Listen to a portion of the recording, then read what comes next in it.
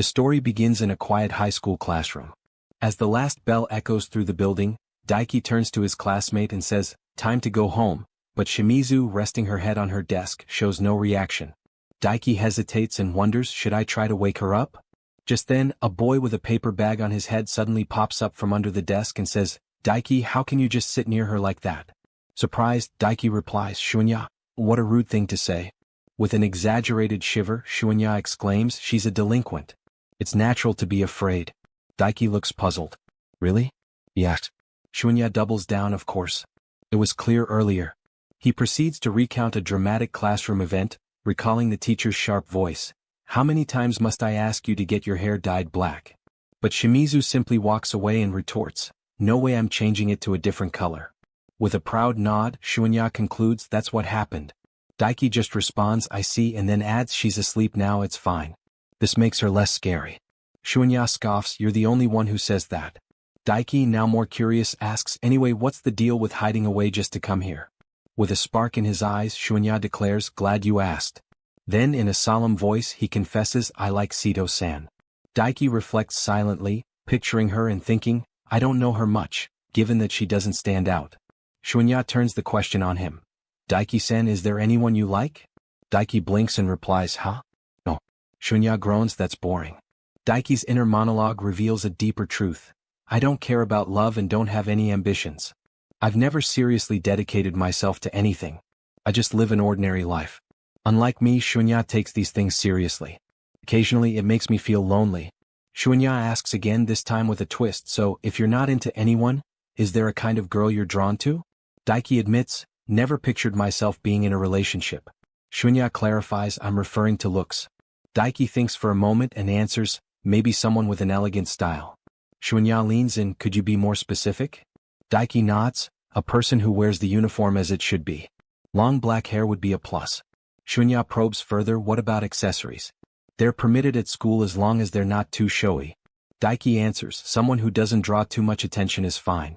Shunya laughs, "So you picked the simple route. It's getting interesting. What comes next?" "Shunya, how about your club?" Daiki suddenly remembers, "Oh, is it that late already? I've got to hurry to the club. Take care." The next day, Daiki notices Shimizu's seat is empty and wonders, "Shimizu-san arriving late today?" Suddenly the classroom door slides open, and whispers ripple through the room, "Always so blunt. So scary. Avoid eye contact." "Really? Shimizu-san? It can't be, what? That's..." Even Daiki is stunned. Shimizu has dyed her hair black. As he watches her enter, he recalls his conversation with Shunya and thinks, "Amazing. Perfect. But I still feel it's only a coincidence." She walks toward him and stops at his desk, staring silently. Daiki, sweating under the pressure, is frozen until the teacher breaks the tension. "Let's get started with the art class." She takes her seat and Daiki wonders, what just happened? Did I mess up with Shimizu-san? I thought I was behaving normally, or maybe not. The teacher announces, "Today, you'll be working in pairs. Pair up with the person next to you, and decide who will draw first." Daiki, trying to keep things calm, says, "I'm counting on you, Shimizu-san. Do you want to be the first to draw, or would you rather go afterwards?" She responds flatly, "The order doesn't matter. Do it as you wish." Daiki thinks, seems like classic Shimizu-san, and asks, "So, can I go first?" She nods. While playing with her hair, she suddenly asks, "Not that I mind, but did something catch your eye?" Before Daiki can respond, the teacher interrupts, "Have you decided who will model? We'll start in 10 minutes. While posing, try to maintain a relaxed posture." Shimizu sits posing. Daiki, pencil in hand, asks, "Shimizu-san, are you feeling okay in this position?" She replies, "It's simpler like this. Or would you like me to put my hands on my knees?" Daiki reassures her, "It's fine if you're comfortable this way." She responds, "Okay then." When the teacher tells everyone to start, Daiki begins drawing, but he pauses, staring at her knees. Shimizu snaps, "Hey, why did you suddenly stop?" Flustered, he stammers, "Sorry." And she flips her hair with a huff. Later, Daiki says, "I'll be drawing your face now, so stay in position and look at me, Shimizu-san." She blushes and protests, "Huh? But this, hey, but..." Daiki calmly adds, "If your face starts to itch, just let me know before. It's not an issue." She looks down with a gloomy expression and says, "Huh? That wasn't it?" Daiki thinks, "Oh, so she was just angry?" Their eyes meet briefly and she suddenly says, "Hold off on the face for now, I need to prepare. There's still so much to do," while turning away. Daiki quickly adjusts, "Got it, I'll draw another area." So I'll move it down a bit. Shimizu, startled, covers her chest and yells, "Hey Handu! Where do you think you're staring at?" Daiki averts his eyes and stutters, "Where?" A bit below the face. She narrows her eyes, "Why are you gazing over here?" He pleads, "I have no bad intentions. I swear." She raises an eyebrow, "Really?" He says yes. She stares at him and demands, "Could you say again that you don't have any bad intentions?" Daiki thinks being observed this way by someone of the opposite sex is awkward, isn't it? Then he puts on a serious face and declares, "No bad intentions." Shimizu nods and wonders silently, was it better to be honest? Suddenly, Daiki blurts out, "I'm sorry Shimizu-san, I lied." He continues, "I said I had no bad intentions, but maybe I did have a little. No, maybe even more than that. I'm sorry." Shimizu presses, "So you saw that part of my body and had some lewd thoughts?" He admits, "Yes." She says calmly, "I'll forgive you this time. I was also feeling a bit nervous. There's one condition though." Daiki asks, "What is it?" She replies, "From now on I won't move, so make sure to draw me well." He nods, "Don't worry." After a while, Daiki announces, "Shimizu-san, now I'll be drawing your face, okay?" She responds with renewed energy, "Sure. Go for it." Daiki smiles, "I'll get started then." He looks at her and adds, "Shimizu-san, calm down." She asks, "Do I look nervous?" He says, "Your face looks quite stern." She shuffles and says, "Hold on," then locks eyes with him and asks, "Like this?" Daiki replies, "It hasn't changed much." Frustrated, she grabs her side hair and sighs, "Nothing seems to be working." Daiki, trying to ease her tension, says, "Shimizu-san, the black hair looks great on you." She turns red and stammers, "Don't just say stuff like that out of the blue." Ah. She adds softly, "I thought you hadn't even noticed." Daiki, curious, asks, "What was the reason for choosing black?" She makes a funny face and responds, "It's nothing special. Just draw already, will you?" Daiki laughs and she asks, "What's so funny?" He replies, "I just didn't expect you to make such a funny expression. I've been enjoying myself since we started chatting." She looks at him and asks, "Do you say that to everyone?" Daiki says, "Honestly, I'm saying this for the first time." Shimizu exhales and says, "Sure, keep going. Keep drawing. We're short on time." Daiki nods okay and thinks, good to see she's a bit more at ease. When he finishes the drawing, he says, "With everyone finished, you can now relax. Thank you for posing as my model, Shimizu-san." She replies, "It was nothing," and leans in, "Let me have a look." Daiki hands it over and asks, "What do you think?" She studies it and says, "Anyone who sees it will realize it's me." Then she asks, "I have a question about your drawing." Daiki tilts his head, "What is it?" Shimizu points at the sketch and asks, "What's the reason for the thin lines on my face?" Daiki answers honestly, "I just drew what I saw," and thinks, "Does it look bad?" Shimizu unexpectedly blushes. The teacher announces the rest period has ended. Change places. You have 10 minutes to draw your partner. Daiki offers, "I'll model now. Do you want me to take any particular pose?" She replies, "It's up to you." As Daiki poses, she begins sketching, occasionally glancing up. He stares at her and she hides her face, murmuring, "Don't look at me so seriously." Daiki asks, "So, should I face that way?" Shimizu panics, "Look at me." "Wait, don't look." Later, walking home, Shimizu recalls the compliment Daiki gave her, and smiles quietly to herself. Meanwhile, Daiki reflects, "The day Shimizu-san dyed her hair black was the day my routine began to shift." The next day in the classroom, Shunya bursts out with excitement, "Handmade lunches. They're the best." Daiki, a bit surprised, asks, "What's up with you all of a sudden?" Shunya replies, "Daiki, you always buy sandwiches from the cafeteria." Daiki shrugs and says, "I always wake up tired. No way I can make lunch." Shunya leans in, eyes gleaming, "Well, in that case, if the girl you like makes you lunch, how would you take it?" Daiki smiles a little and admits, "That would make me really happy." Shunya claps his hands, "Right? Even better if it's something you like." Daiki chuckles, "You seem really excited." Shunya sighs dreamily, "Wish it were an omelet." Daiki adds with a grin, "Or maybe some beef."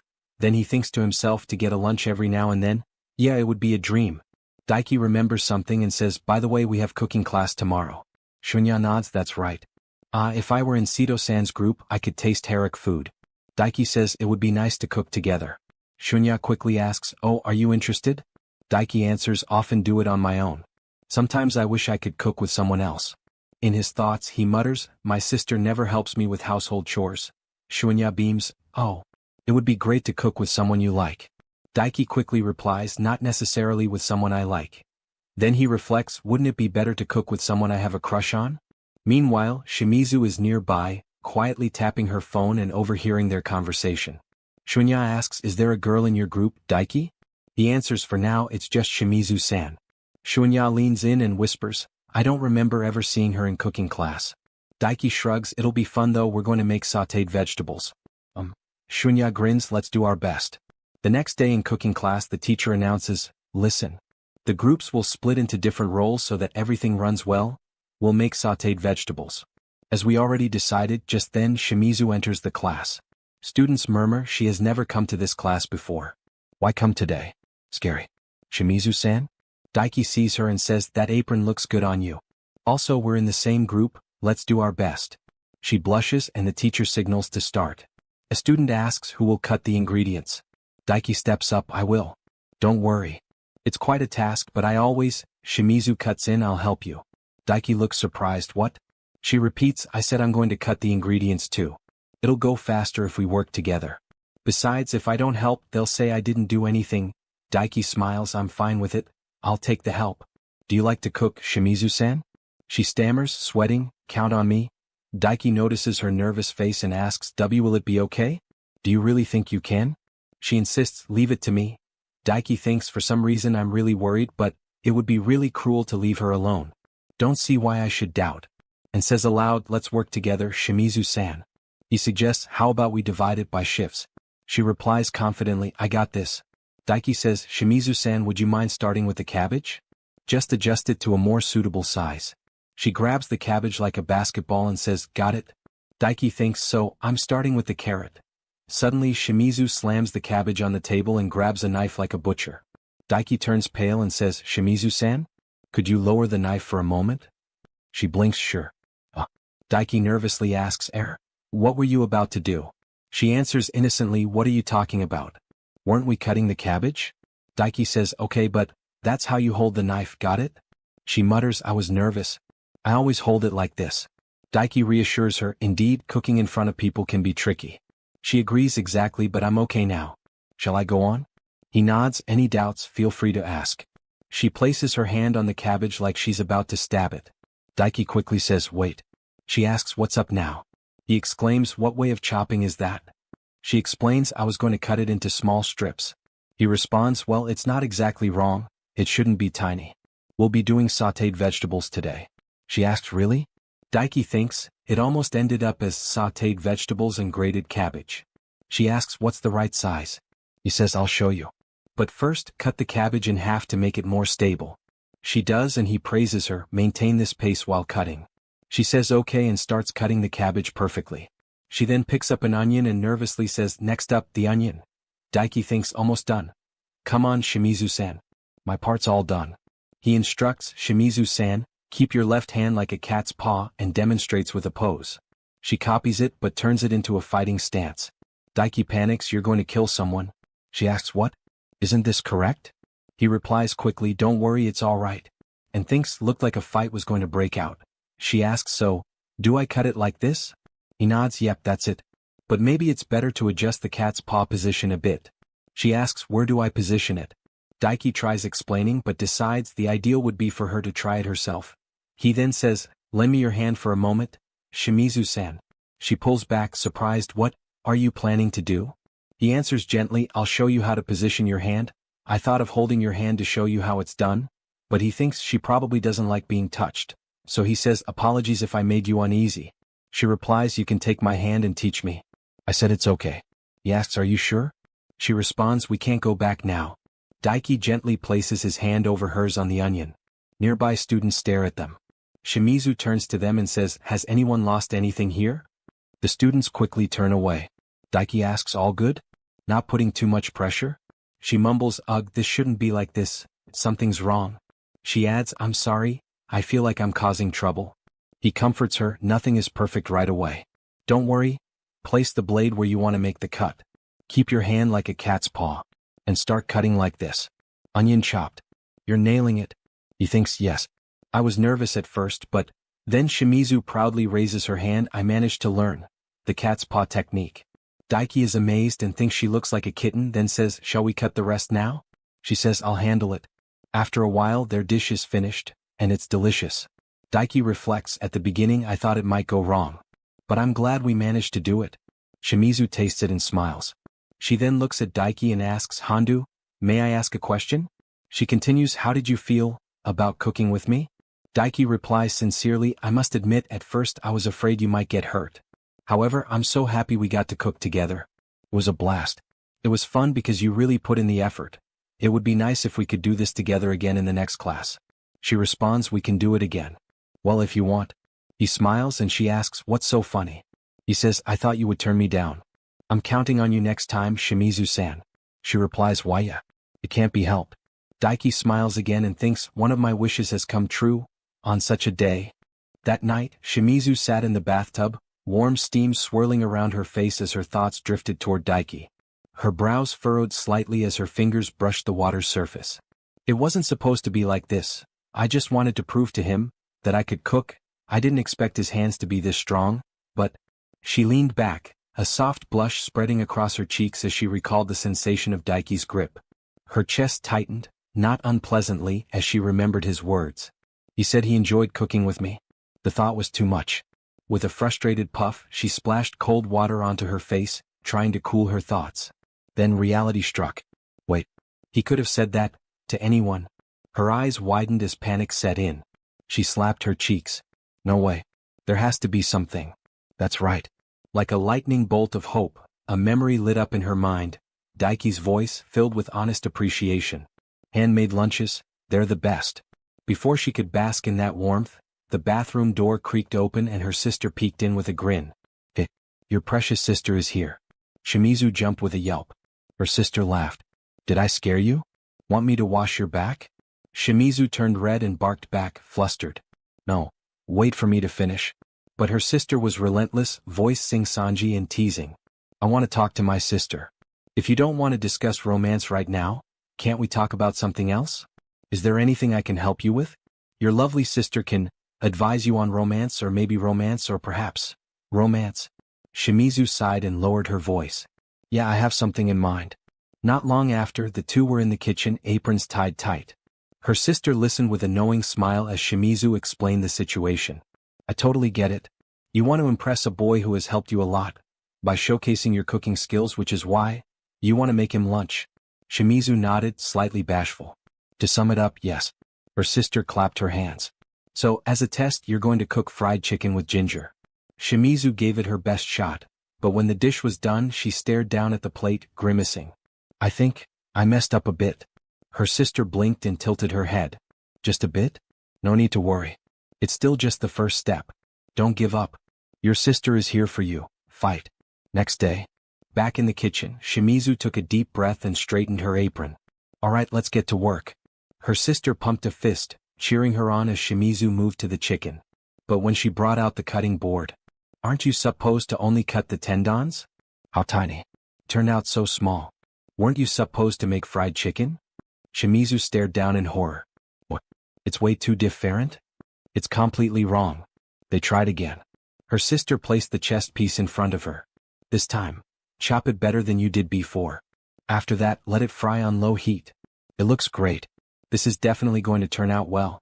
But when it was done, her sister poked the meat with a frown. Why does it look like slime? No idea. Shimizu mumbled. She tasted it, only to gag. It doesn't look like chicken or ginger at all. Her sister looked concerned. Well, is there another way to thank him? You don't have to push yourself so much. We can save lunch for another day.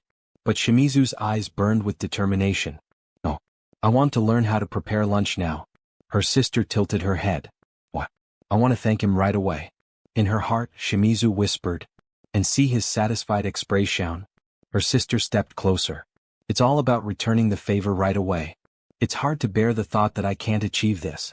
With dramatic flair, her sister transformed into a cheerleader outfit. Then you need to give your best. Let's fight. Shimizu blinked. Were you wearing that underneath? Her sister beamed. After all, your sister is a noisy one.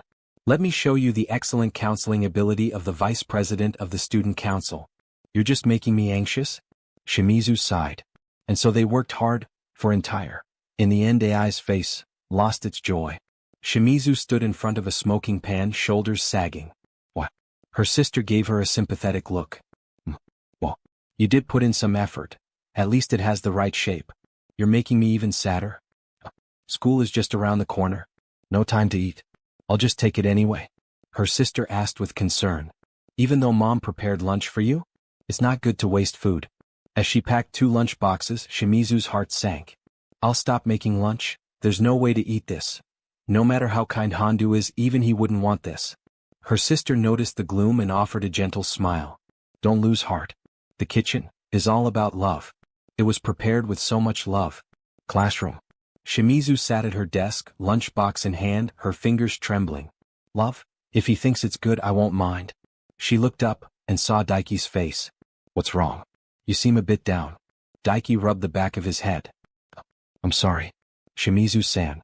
I left my wallet at home, end up missing lunch. Can't you get Matsuoka to help? Shunya has a meeting at the football club today. Like I said, I'll end up not having lunch today. I apologize for worrying you, Shimizu-san. She stared at the lunch boxes, heart pounding. Doesn't worry me. She stood up, walked over and held one out to him. It's yours now. He blinked. I'm really glad, but what about you, Shimizu-san? My portion is here. My parents prepared the one he's got, so it'll be okay. He paused. Wait, then whose is this one? Doesn't matter. I'm giving it to you simply for helping me in cooking class. Anyway, I can't finish 2 whole bentos, so don't stress about it. Got it. If Shimizu-kan has her portion, then it's fine for me to eat. I appreciate the gesture. No problem. She opened her own box, and her face paled. They're exchanged. Panic rose in her throat. He hasn't opened it yet. I need to switch them quickly. How do I take it back after handing it to him? It's a complete disaster. She watched, frozen as he opened it, blackened, smoky meat inside. He picked up his chopsticks. He didn't even notice. He ate it. He's eating like it's no big deal. Is he going to be okay? Even if I were to eat, it's still dangerous. He glanced up, meeting her wide eyes. It's hard to eat with someone staring so much. Shimizu-san? Hondu, are you okay? What? You're not feeling pressured to eat? Are you? Did you add any seasoning to the chicken that you wouldn't? Did he manage to recognize that it was chicken? I didn't add anything. Did you not notice anything while eating? No. Could it be that love is the flavor of despair? I feel depressed just thinking about it. I like roasted ginger, that's why. I get emotional when I eat it. If you think it's bad, just say so. What? I can't say that. After all, Shimizu-san, you went out of your way to prepare a lunch for me. She gasped. Why do you think I was the one who made it? Because you asked me if I thought it was bad. If you hadn't said that, it wouldn't be you who prepared it, Shimizu-san. She had no words. So that's the case. Is it really fine for me to eat the lunch you put so much effort into making? He paid such close attention to me. I cooked it because I wanted you to eat. I'm so happy you got to eat. Should I tell him that? I can't. It makes me feel embarrassed. Shimizu-san? It's okay. I prepared this lunch on a whim, that's it. I gave it to you because I didn't think I could eat it all by myself. But you still worked hard to make them, right? In the past few days you seemed a bit down, but after seeing you today, Shimizu-san, I think it's related to the lunch you made. Since we were together on the day of the cooking class, I immediately noticed how much you improved. You put in a lot of effort. Cooking is all about love. Oh, this omelet tastes great. There are so many different flavors. That's enough, just be quiet and eat. After he finished, Shimizu reached out. Could you pass me the box? I would like to wash it and return it clean, is that okay? I mentioned that this bento is a gratitude for the cooking so you can take advantage of my goodwill. Thank you again for sure. The food, Shimizu-san. It's nothing. One more thing, thank you for feeding me today. I was in trouble. You really helped me. I'm really happy to eat a lunch that Shimizu-san made. I'll compensate you next time. I'm really happy. I'm really happy. I'm really happy. Shimizu-san, are you okay? You don't need to thank me, but if I make another bento just for the sake of it, you better eat it as well. Sure. I can't wait for it. That night, Shimizu hugged her pillow, rolling across the bed with a wide grin on her face. The bento, he looked satisfied. She let out a joyful cry, heart dancing. I'm so happy. I'm going to make another bento. At home, Shimizu sat quietly with a cooking book open in her lap, her brow furrowed in determination. Her eyes traced the page, but her thoughts drifted elsewhere. Handed him the bento, but I'm not completely satisfied with the result, so I'll try again. Next time, both the appearance and the taste will surprise you with perfect flavor. She smiled softly, her heart fluttering as she imagined Daiki's voice, warm and full of praise. It was unbelievably tasty, Shimizu-san. Her face lit up in a flush of excitement as her imagination took over. Will he request a bento from me every single day? Will we be able to get even closer? I'm happy I was able to thank him for the help he gave me in the cooking class. It'll be easier to express myself next time. As long as everything stays on track, I'll be able to thank him the same way I did then. Just then her sister AI popped into the room, interrupting her daydream. I heard you managed to thank him for the cooking class. Is that right? Shimizu snapped her head up, startled and furious. Who the fuck said that? AI smirked playfully. It's a secret. So, how did the thank you go?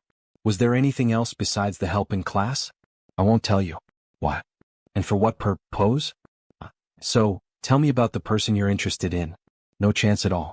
Why don't you ever tell me anything? I want to talk about romance with you. Isn't it fun? I don't want to. Besides, you're the only one having fun. That's not true. I'm great at giving advice. I don't expect anything from you. Don't underestimate the experience of an older sister. Even if it's just a 1-year difference? Even so, a year is still a year. Trust your sister. You don't have faith in me? That's because you always talk with that weird attitude. AI huffed and placed her hands on her hips. Well, I hope you haven't forgotten, Kay. Your big sister helped you in the kitchen. Don't you recall that late your awful meals too? Then she leaned in teasingly. What type of person is Kay interested in? Who is this guy Daiki Hondu? Shimizu's eyes widened in panic. You already know the name? She couldn't hold back her feelings anymore. He's incredibly pure and kind. He's quite unique. Unique? Yes, Daiki Hondu is a unique boy. Ever since that time we met. The scene blurred into memory. A chaotic school hallway. A student called out. Hondu, I need you to take care of the cleaning today. Switch with me. I must get back soon. I can't help it. Daiki responded gently without hesitation. No worries, I'll handle the cleaning. From across the hallway Shimizu had watched. The impression I got from that boy whom I rarely met was of someone shy and excessively kind. Whenever I saw him I got the impression that he was helping someone but without engaging in any manner, not knowing each other's names, nor having ever talked before. He didn't catch my attention. I saw him as a weak character rather than a kind person. A new memory surfaced. Shimizu facing a boy she had just rejected. Is it love at first sight for all of them or what? What? The boy asked. Couldn't you turn me down a bit more gently? Perhaps give it more thought before saying something? She responded coldly. I can't date someone whose name I don't even know. His face twisted in anger. Just because you have a pretty face, you act so full of yourself. He suddenly grabbed her arm, his voice rising. I'm confessing my feelings and yet. Before things escalated, Daiki stepped in between them. Excuse me, but my name is Daiki Hondu. Shimizu blinked in disbelief. Is he in his right mind? He suddenly started introducing. The boy snarled at Daiki. Tell me, what's your relationship with her? She's someone I have just met. Someone who is not her friend nor her boyfriend. Has no right to get involved in my confession. Daiki remained calm. I'm sorry. If everything were all right I would let it go, but you grabbed her arm tightly, that's why I had to step in. And still, you shouldn't put a hand on her. This will make you a bad person. Shimizu recalled quietly. After that Hondu spent some time convincing the boy. She braced herself, her thoughts swirling. Wait, is he going to say something like, I helped you so let's date? Otherwise, why would he help someone he doesn't even know? But instead, Daiki simply said, I'll take my leave as well. In that case, she stood frozen, a statue of indecision. But she couldn't let him walk away. Not without knowing. I wanted to ask you a question. It didn't end up here by coincidence, did you? Do people actually get into dangerous situations without thinking beforehand? He replied simply. I saw you heading to the back of the school with that boy, and I knew he had a short temper. So, I ended up worrying. So is that why you followed me? Yeah. You really are a good person. For someone who is neither a friend nor an acquaintance, not everyone would go to such lengths.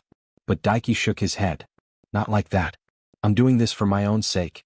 If I didn't do anything and you ended up in trouble, I would end up hating myself. That's why I chose to intervene. And isn't that a way to be good?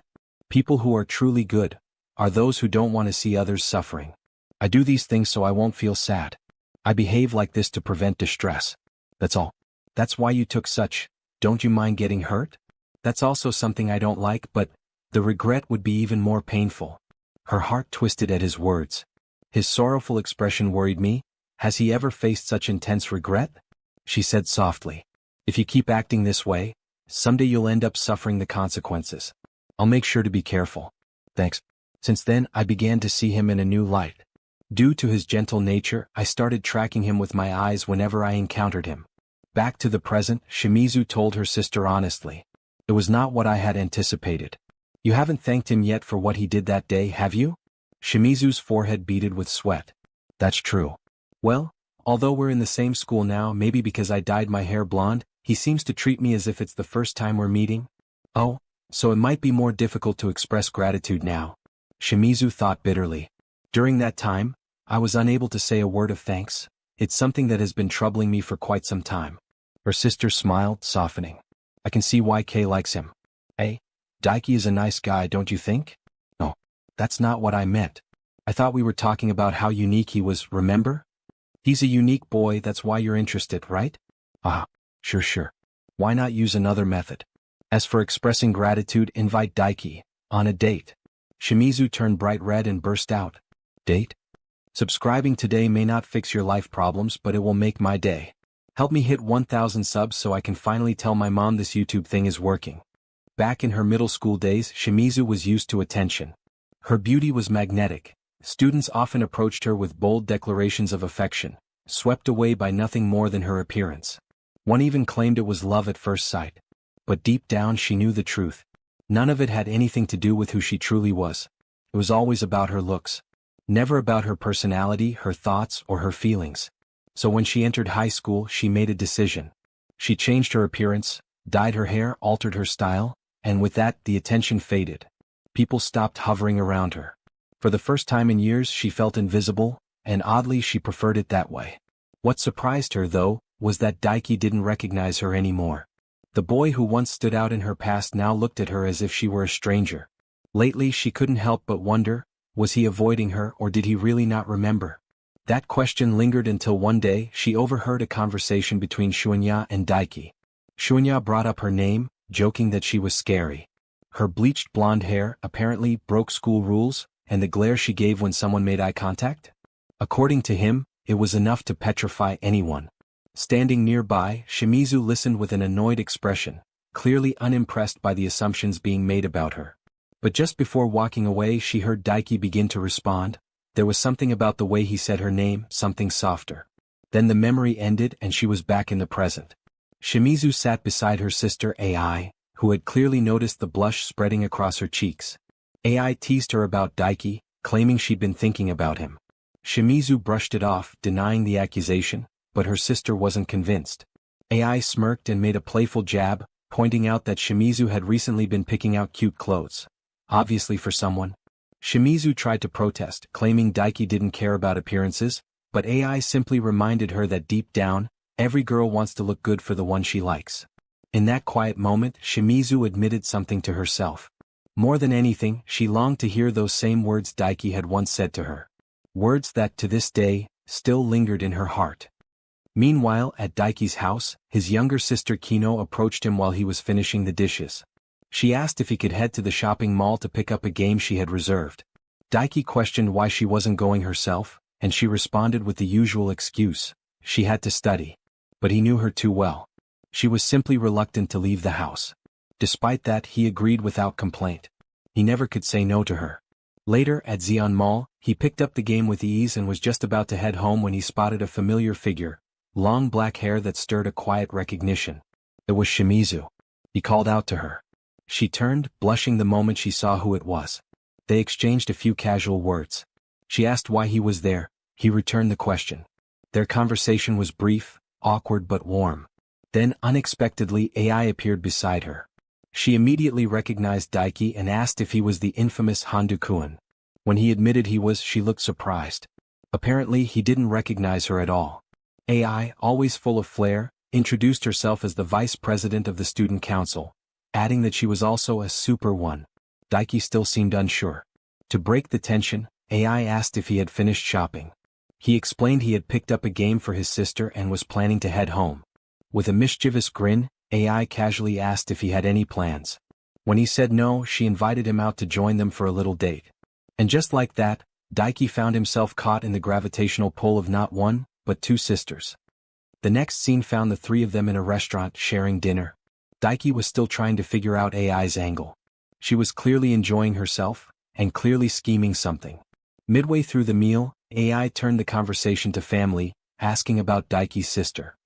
He admitted, a little embarrassed, that she was cute, though he might have been biased. Then came the surprise question: who was prettier, his sister or Shimizu? Shimizu nearly choked on her drink, flustered by the comparison. But Daiki gave a calm, honest answer. He said Shimizu wasn't just pretty, she was beautiful. Those words hit her harder than she expected. Her cheeks flushed and she stood up quickly, mumbling something about getting a drink before fleeing the table. Daiki turned to AI, trying to figure out what Shimizu might have told her about him. Meanwhile, Shimizu, who had rushed to get the drinks with lightning speed, now crouched behind a chair, trying to hide her burning face. AI leaned toward Daiki and lowered her voice. She told him that Shimizu had always been beautiful, but lately, there was something different about her. Something radiant.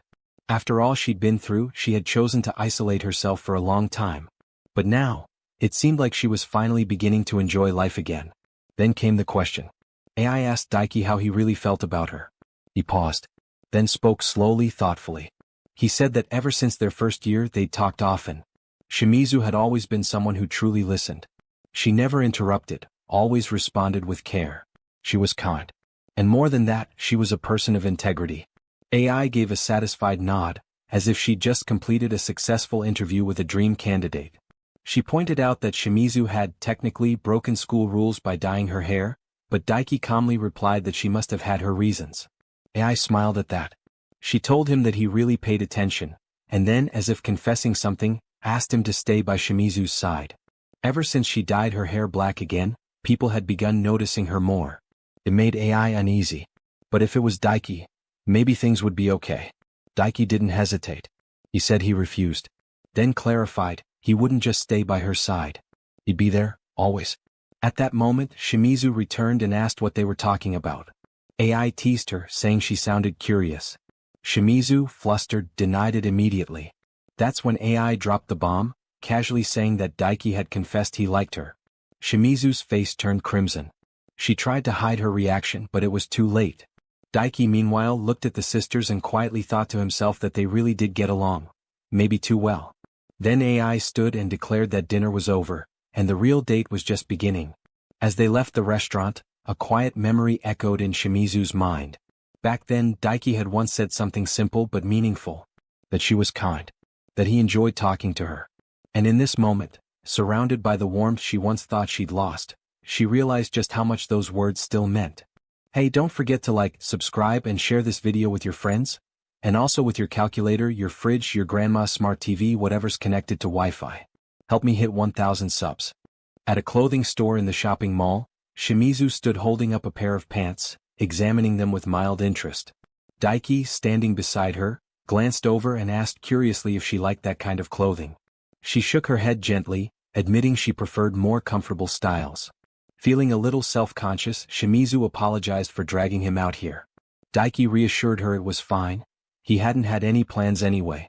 Then, Daiki noticed something and commented, half smiling, that she was wearing pants today. Shimizu nodded and explained that she only wore skirts because of the school uniform. Do you not like skirts? He asked. It's not that, she replied, hesitating slightly. I guess I just prefer a more modest look. That's the kind of style you like too, right? Daiki looked puzzled. Huh. Did I ever say something like that? Shimizu's eyes widened. No. Never mind, forget I said anything. At that moment, AI showed up with a cute frilly skirt and a top in hand. Try this on. I bet it'll look great on you. Shimizu frowned, flustered. That kind of stuff doesn't really suit me. Daiki turned to look at Shimizu again, remembering something Shuanya had told him before, about the feeling of liking someone but not being able to take the next step. And suddenly it clicked. He understood now. Calling out to her, Daiki said gently, sometimes changing your style can be nice. A little shift in pace, you know? Shimizu looked at him for a second and gave a small nod. I see. AI returned a moment later with a more modest outfit. What about this one? Daiki smiled. It suits her really well. AI smirked at her sister. Oh, he just complimented you. That settles it, this is the one we're buying. As AI kept chatting with Daiki about other outfits, Shimizu grew increasingly irritated. Finally, she grabbed the new clothes and stormed off toward the changing room without a word. Daiki and AI waited for her to come out. Minutes ticked by. 10 passed. A light sweat formed on their brows. Come on, it shouldn't take this long, AI called. What's wrong? Is it something revealing? Or are you just too scared to compete with your older sister? From inside the stall, Shimizu's voice came out flustered. It's not that. I'm just not used to wearing this kind of stuff. AI had heard enough. She yanked the curtain open. There stood Shimizu, dressed in a form-fitting outfit that accentuated her figure without going over the top. Daiki's eyes widened, stunned. She looked completely different, but still very much like herself. AI clapped her hands with satisfaction. See? It brings out all your good qualities. Nice choice. Blushing hard, Shimizu turned to Daiki. It doesn't look weird, right? Daiki blinked, then spoke quietly but clearly. No, that dress really suits you. You look beautiful. Her face turned bright red. She covered her cheeks and turned away. I think it's cute. And lovely, Daiki added honestly. Unable to take the compliments, Shimizu muttered something and rushed back inside to change. Later, the three of them walked together through the mall. Shimizu now held a shopping bag with the dress inside. Daiki glanced at it, wondering when, or if, he'd ever get to see her wear it again. I just bought it for the change of pace, Shimizu said quickly, avoiding his gaze. Don't get the wrong idea. Her sister gave a teasing grin. You're so not honest with yourself. Daiki simply said, if you liked it and bought it, then that's what matters. As they continued walking, Daiki thought back to how she looked in that dress, and found himself wanting to see her like that again. Shimizu caught his gaze and asked, what's wrong? And nothing, he said quickly, turning away. So, where are we headed next? AI asked enthusiastically. We're still going? Shimizu said, surprised. Daiki smiled to himself. He hadn't planned to be here, and yet he'd gotten swept along with them. And surprisingly, it was fun. His days felt more lively lately, and it was all thanks to Shimizu. As they decided to head toward the arcade next, Daiki glanced at her and thought, maybe something is starting to change for me too. Hey, don't forget to like, subscribe and share this video with your friends, and also with your calculator, your fridge, your grandma's smart TV, whatever's connected to Wi-Fi. Help me hit 1,000 subs. At the arcade, Shimizu tried her luck at a claw machine, aiming for a small bear plushie, but it slipped just before reaching the prize chute. Daiki, standing nearby, asked if she liked that kind of bear. Shimizu quickly denied it, claiming she had only just noticed it. But inside, her thoughts told a different story. The bear reminded her of Daiki, maybe that's why she wanted it so badly. Just then, AI appeared and dragged them toward another part of the arcade, insisting they all play some games. Though Shimizu had missed her chance at the bear, Daiki noticed her disappointment and quietly asked if she was okay with it. She brushed it off, saying it wasn't a big deal. The trio began a game of carom, with AI taking on both Daiki and Shimizu by herself. Confident as ever, AI declared that she could handle them alone. As the match heated up and AI started falling behind, she grinned mischievously. Time for my strategy, she announced, and then dramatically pointed and yelled, look over there. It didn't work. Daiki suggested they switch to one-on-one matches, but AI had another trick up her sleeve. She began aggressively striking the carom pieces toward the center, right where Shimizu and Daiki's hands would meet. Shimizu was caught off guard by how close they were suddenly sitting, her concentration slipping as she blushed deeply. Then AI raised the stakes. The loser would have to obey the winner's orders. At first, both Shimizu and Daiki refused, but AI used her usual playful pressure to make them agree. After an intense match, Daiki and Shimizu lost. AI clapped in victory and smugly announced her command. Shimizu, trying to spare Daiki from getting dragged along, offered to take full responsibility for the loss. AI grinned wider. Then you'll follow 2 orders. She led them to the Purikura photo booth and declared the first order, cosplay. The second? Take pictures. Shimizu hesitantly asked if she could choose her own outfit, but AI firmly said no. Then she whisked her sister away to get changed while Daiki waited. In the changing room, Shimizu stared at the outfit AI had handed her, a maid costume. Her thoughts raced in panic. Do I really have to wear this? If it was just AI maybe, but Daiki's here too? That last outfit was embarrassing enough. Despite her nerves, Shimizu changed and stepped out, blushing furiously in the frilly maid dress. Her heart pounded as she looked at Daiki, worried what he might think. But to her surprise, he smiled and said gently that it really suited her. She blushed even harder, turning her face away. AI excitedly prompted them to take pictures. She and Shimizu posed together first.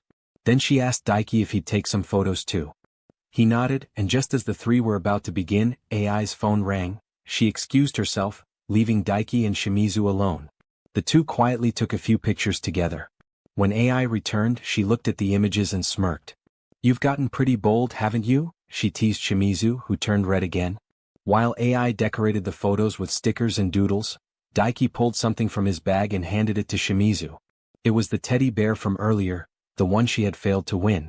Stunned, Shimizu asked how he managed to get it. He told her, almost sheepishly, "While you and AI were changing, I went back and tried again." She was genuinely touched. "How many tries did it take?" "I'll pay you back." But Daiki shook his head. "Don't worry about it. It's a gift." Shimizu accepted the bear with a flustered smile, holding it tightly as warmth spread in her chest. Later, as the sun began to set and the three of them left the mall, Shimizu cradled the bear gently in her arms. She silently promised herself that she'd take great care of it. AI teased again, "Looks like you got a present, huh?" Then she handed her sister something else. One of the photos from earlier, the one of Shimizu and Daiki together. Looking at it, Shimizu thought to herself, "I thought I was just being dragged around by AI, but somehow today became a memory I'll never forget." If you enjoyed diving into this manga with me, don't forget to smash that like button. It helps more than you know.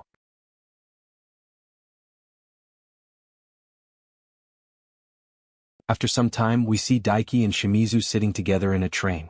The atmosphere is calm, the sound of the tracks softly echoing around them.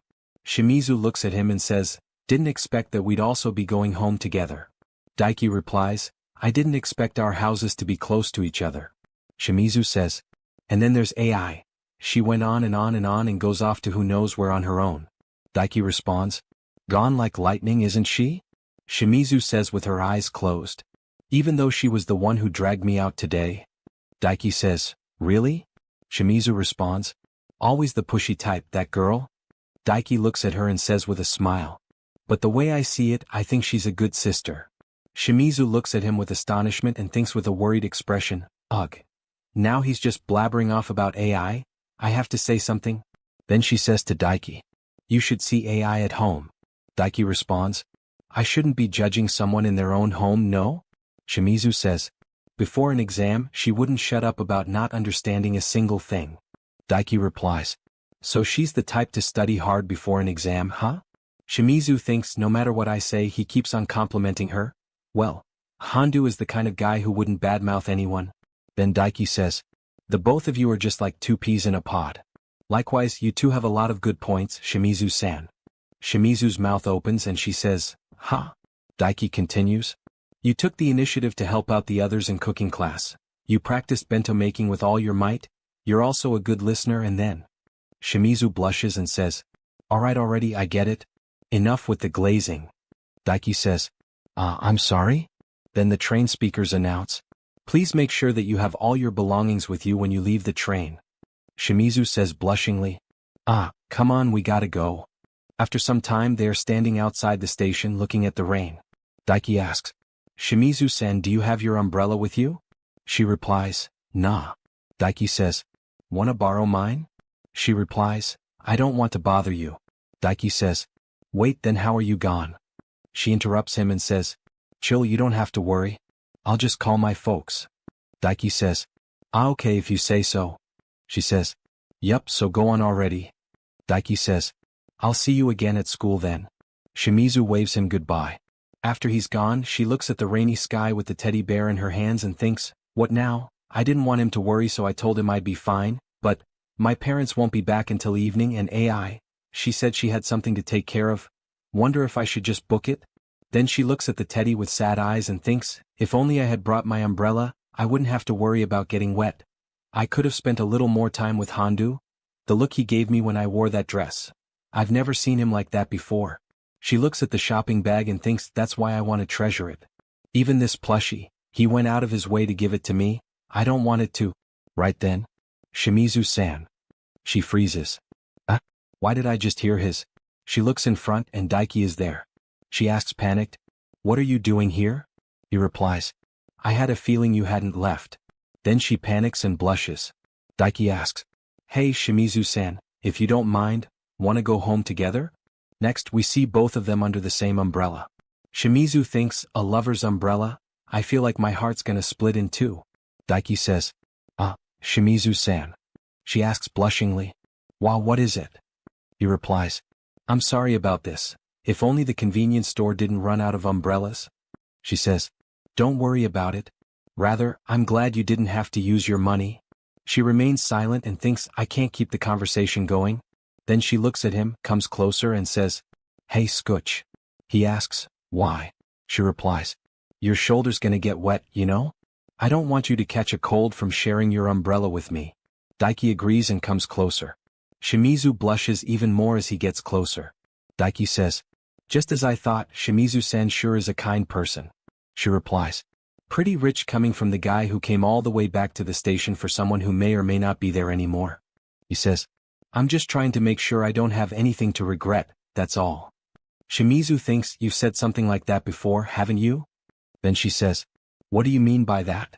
Daiki looks ahead, his voice turning a little more serious as the rain softly falls around them. He replies, I did something I regretted in the past, and so I decided I didn't want any more regrets. Shimizu blinks then asks, did something happen? Daiki nods slightly and begins. When I was little, I was friends with a kid named Yukuin.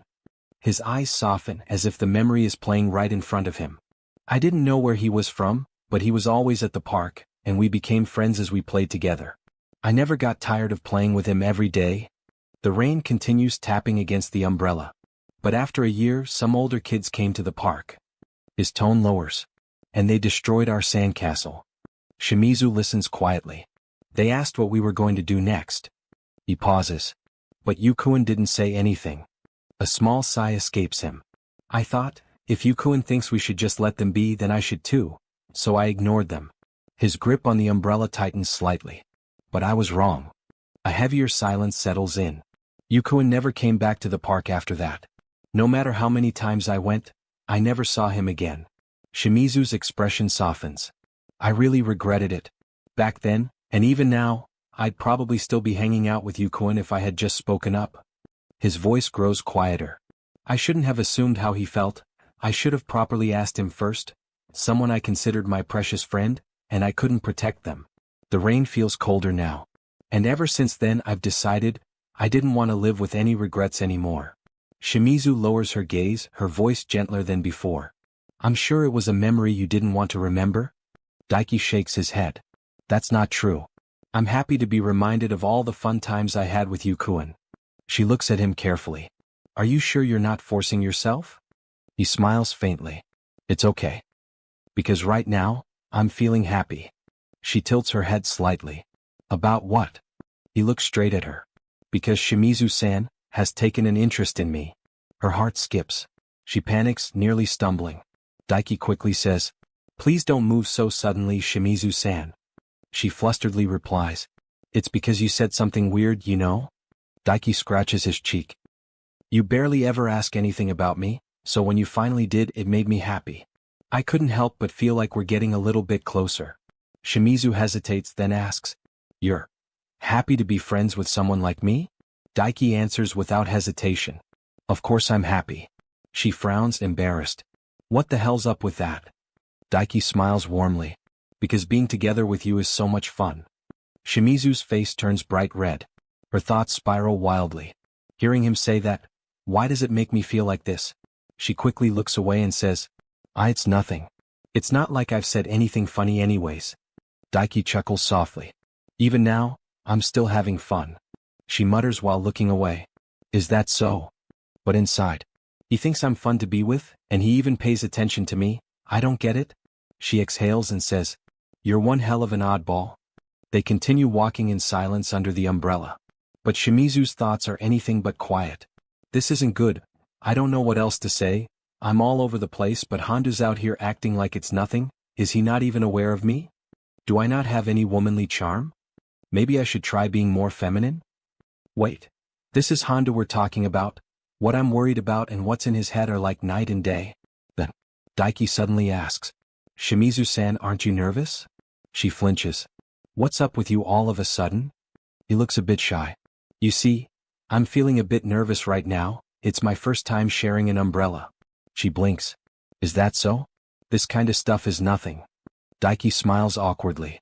Not really, being able to be this close to someone makes my heart flutter. Her brain completely short-circuits. Is that so?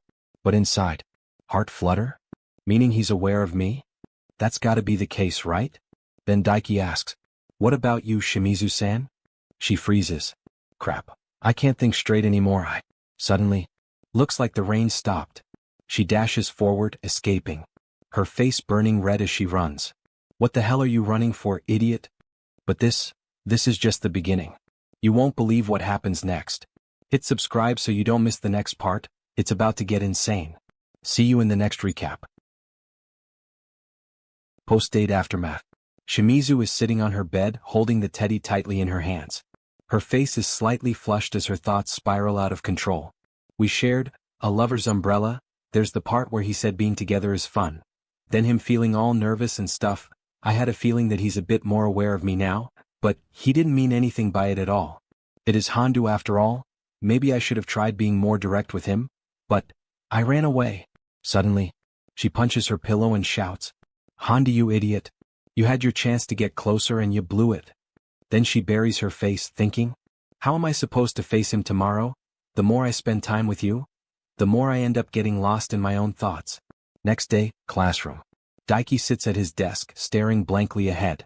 What an eventful day off. Shunya snaps him out of it. Earth to Daiki, you awake? Shunya. Daiki mutters. Shunya squints at him. What's up with you? Been dozing off. Daiki replies.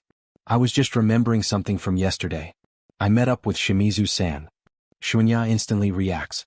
With Shimizu-san? Date? Daiki calmly says. Her sister was there too, you know? Shunya's eyes widen. Ai-san too? Daiki nods. Shunya, you seem to know about Ai-san. Shunya sighs dramatically. Are you for real right now? Shimizu-san's older sister is the student council vice president, and she's cute to boot. Together with Shimizu-san, those sisters are famous. So, what's up with those two? Daiki replies. We went shopping and talked about this and that.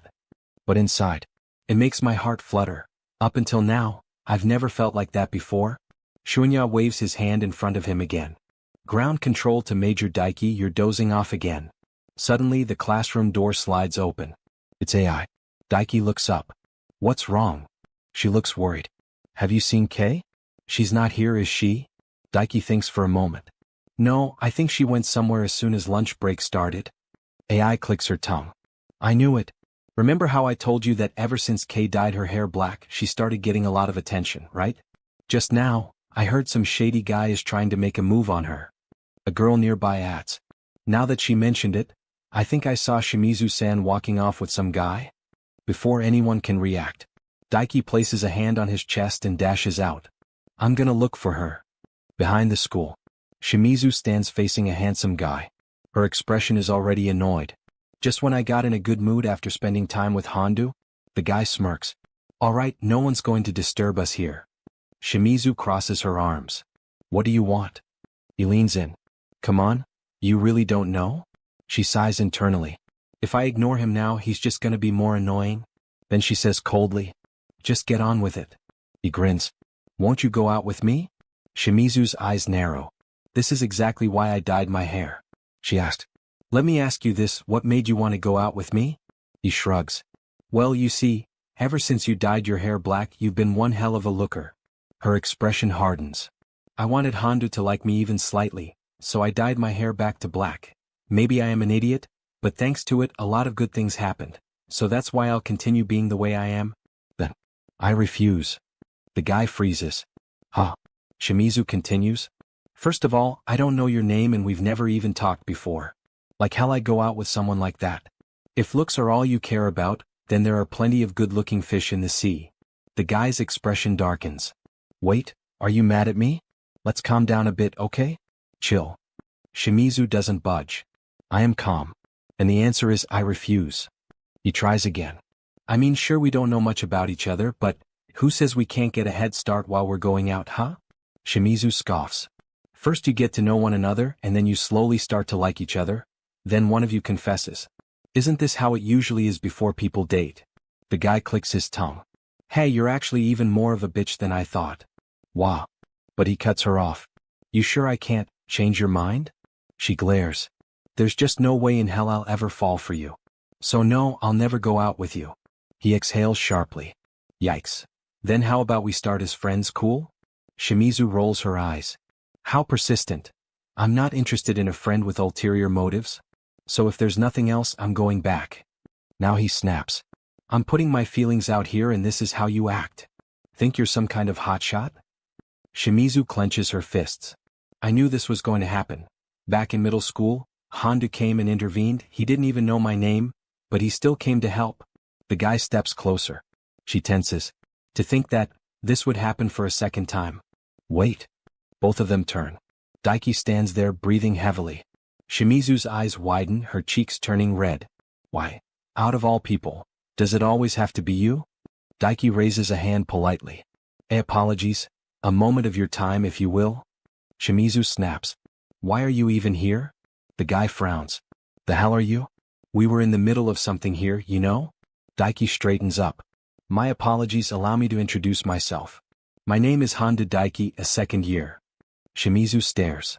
He's actually introducing himself, just like last time? The guy smirks, clearly amused. Why, that's very kind of you, dear junior. With that aside, what brings you here? Daiki answers calmly.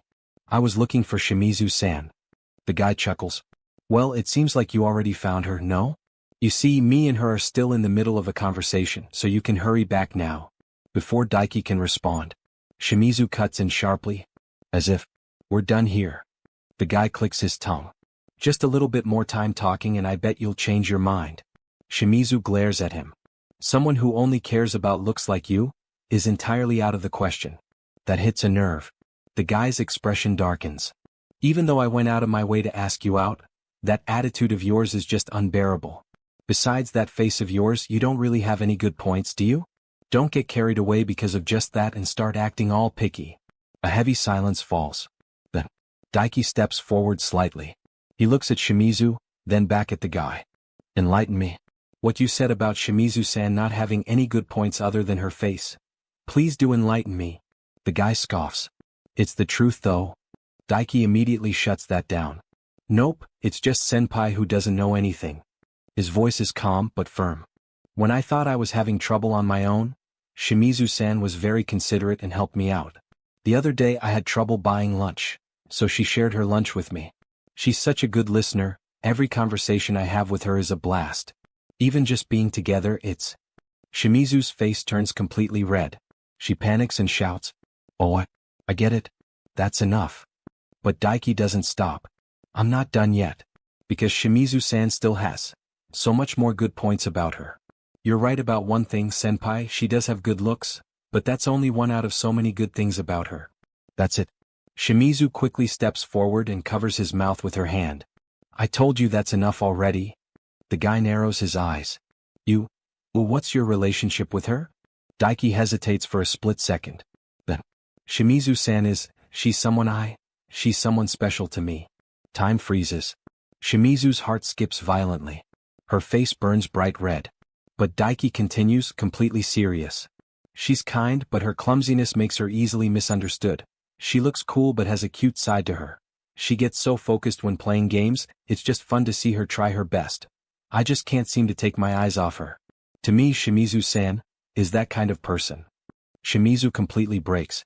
WWW what? Inside she's spiraling. He says the most outrageous things. My heart genuinely can't handle this guy. He always comes to my rescue. The guy exhales in frustration.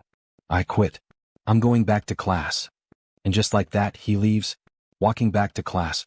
The tension lingers as Daiki and Shimizu walk side by side. Daiki scratches his cheek awkwardly, thinking. I blurted out, someone special, in a hurry. Shimizu-san, I hope she's not mad. I enjoy being with her. I want to spend more time with her.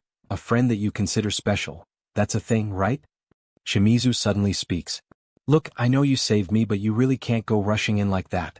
Someday you'll end up suffering the consequences, you know? Daiki tilts his head.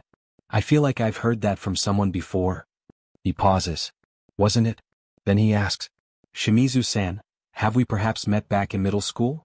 Shimizu stops. Her face turns red again. You're slow. Daiki blinks. I would have appreciated it if you said something, you know? This whole time I didn't notice because you dyed your hair blonde. Shimizu crosses her arms. I dyed my hair because I didn't want people coming up to me just for my looks. Daiki nods. That's why. Wait, then why did you dye it back to black? Shimizu freezes. Well, that doesn't matter now. She looks away flustered. Then more softly. Back then and even just now, you came to my rescue. Couldn't say this before but, well, how do I put this? Thank you. Daiki's heart skips. His face turns red.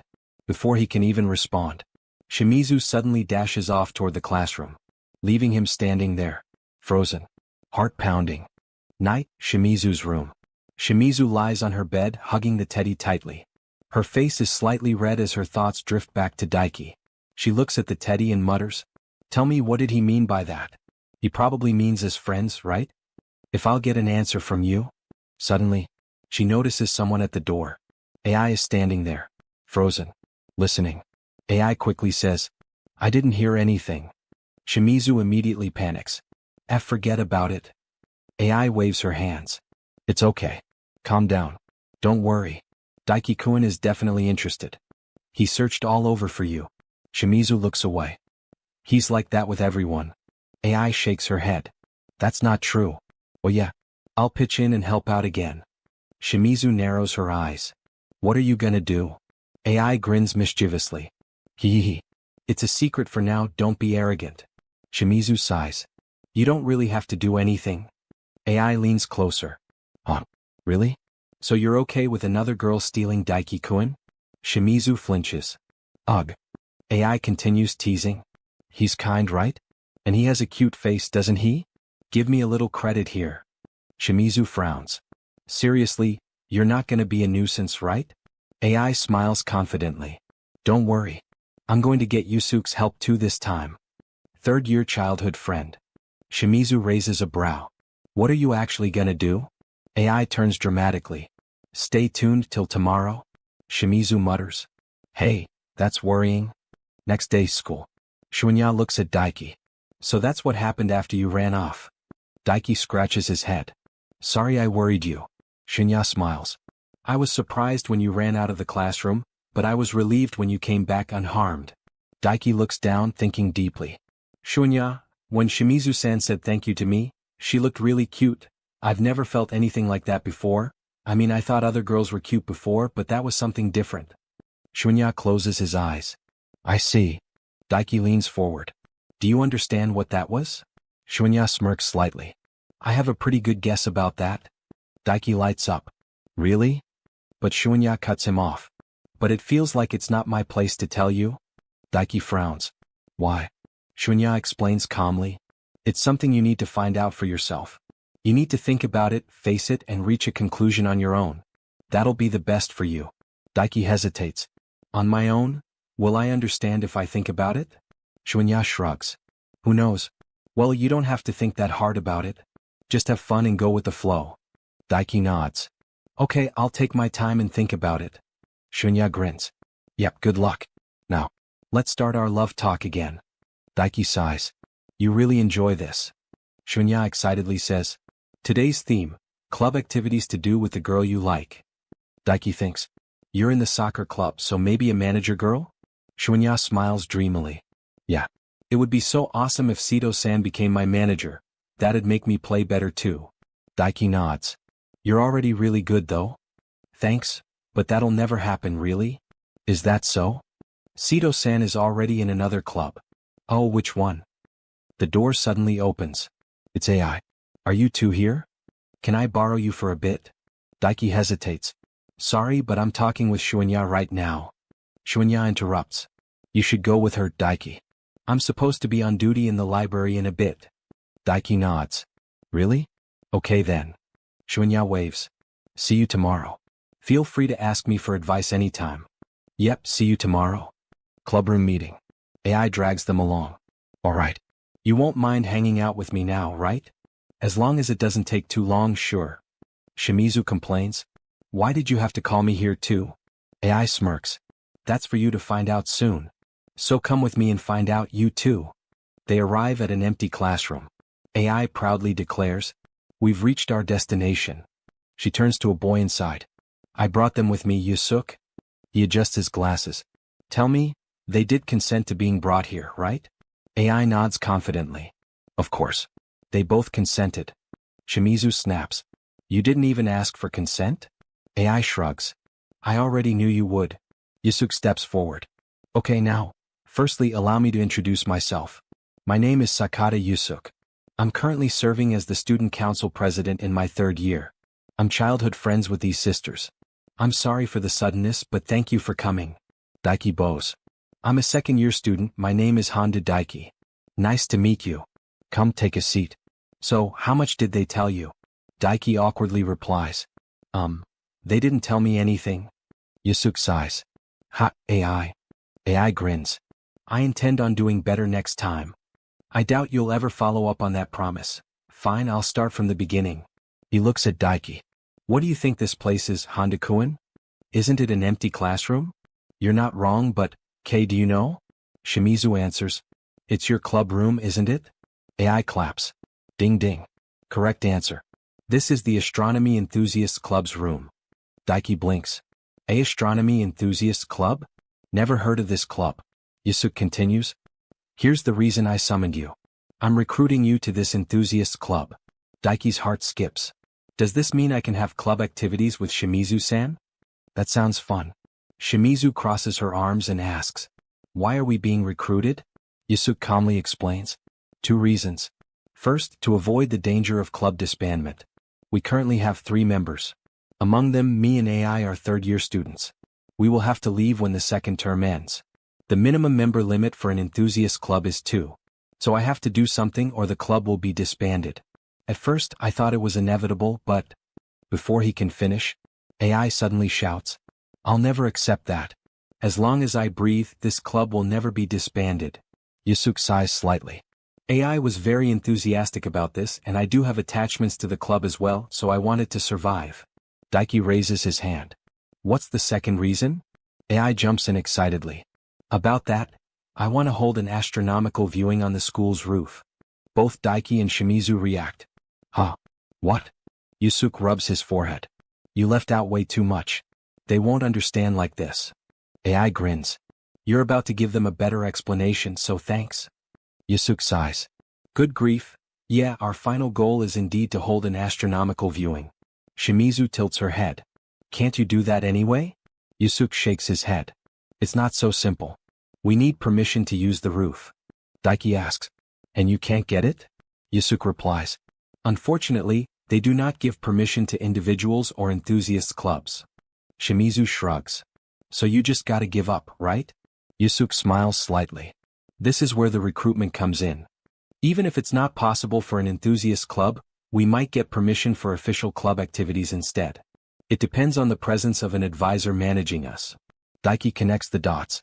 So it can count as a club activity if you have enough members? Yusuk nods. It goes deeper than that, but yes. First, we need more than 5 members. Daiki thinks quietly.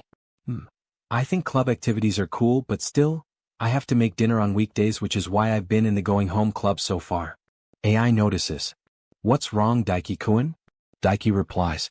I can't stay at school too long on weekdays. Yusuk reassures him. That won't be a problem. It's not as if we have precise activity hours. You can come and leave at any hour you want. Daiki smiles. Then I think it'll be okay. What a relief. Shimizu looks at him in disbelief. Hey, are you just gonna say yes that easily? What does this enthusiast club even do really? AI proudly explains. This is where we talk about things that did or did not happen. It's a place of relaxation where you talk about interesting and funny things with club members. It's our time Shangri-La. Shimizu deadpans. That's just a conversation club. AI shrugs. I guess you could call it that? Shimizu looks at Daiki, slightly flustered. Whatever. I'm not joining. AI immediately snaps. What a bitch, K. Hear me out. Shimizu frowns. Seriously? Don't waste your time trying to convince me. Outside the room. AI drags Shimizu outside. Come on. We'll just have a little talk. Inside, Daiki watches them leave. I guess I'm the only one joining the club. Outside. AI grabs Shimizu's shoulders. Can't you see that this is your chance to get closer to him? Shimizu looks away. It's just an astronomical viewing, isn't it? But inside, I want to join the same club. But I can't even look him in the eyes after he said I was important to him. AI smirks. Hee, I have some pretty good intel in my hands, K. Shimizu narrows her eyes. Source. AI proudly says, friend's sister. Shimizu instantly fires back. That's pretty much a complete stranger. AI grabs her again. I have more. What? AI leans in dramatically. The third member of this enthusiast club is a second-year girl. Daiki-kun is probably gonna join the club, right? And we'll leave in our second term. Which means that girl and Daiki-kun will be all alone together. That hits hard. Shimizu freezes, then grabs her head in panic. AI presses further. Why are you still thinking? There's only one option. Shimizu looks conflicted. It's been so awkward all day because of that weird thing he said. AI softens a bit. I see, so that's why, but you just gotta get through that. Or you'll regret it. I'll help out too. Back in the club room. They walk back in. Yusuke looks up. It seems like Hondo-kun will be joining us. AI beams. Thanks, Daiki-kun. Let's have fun.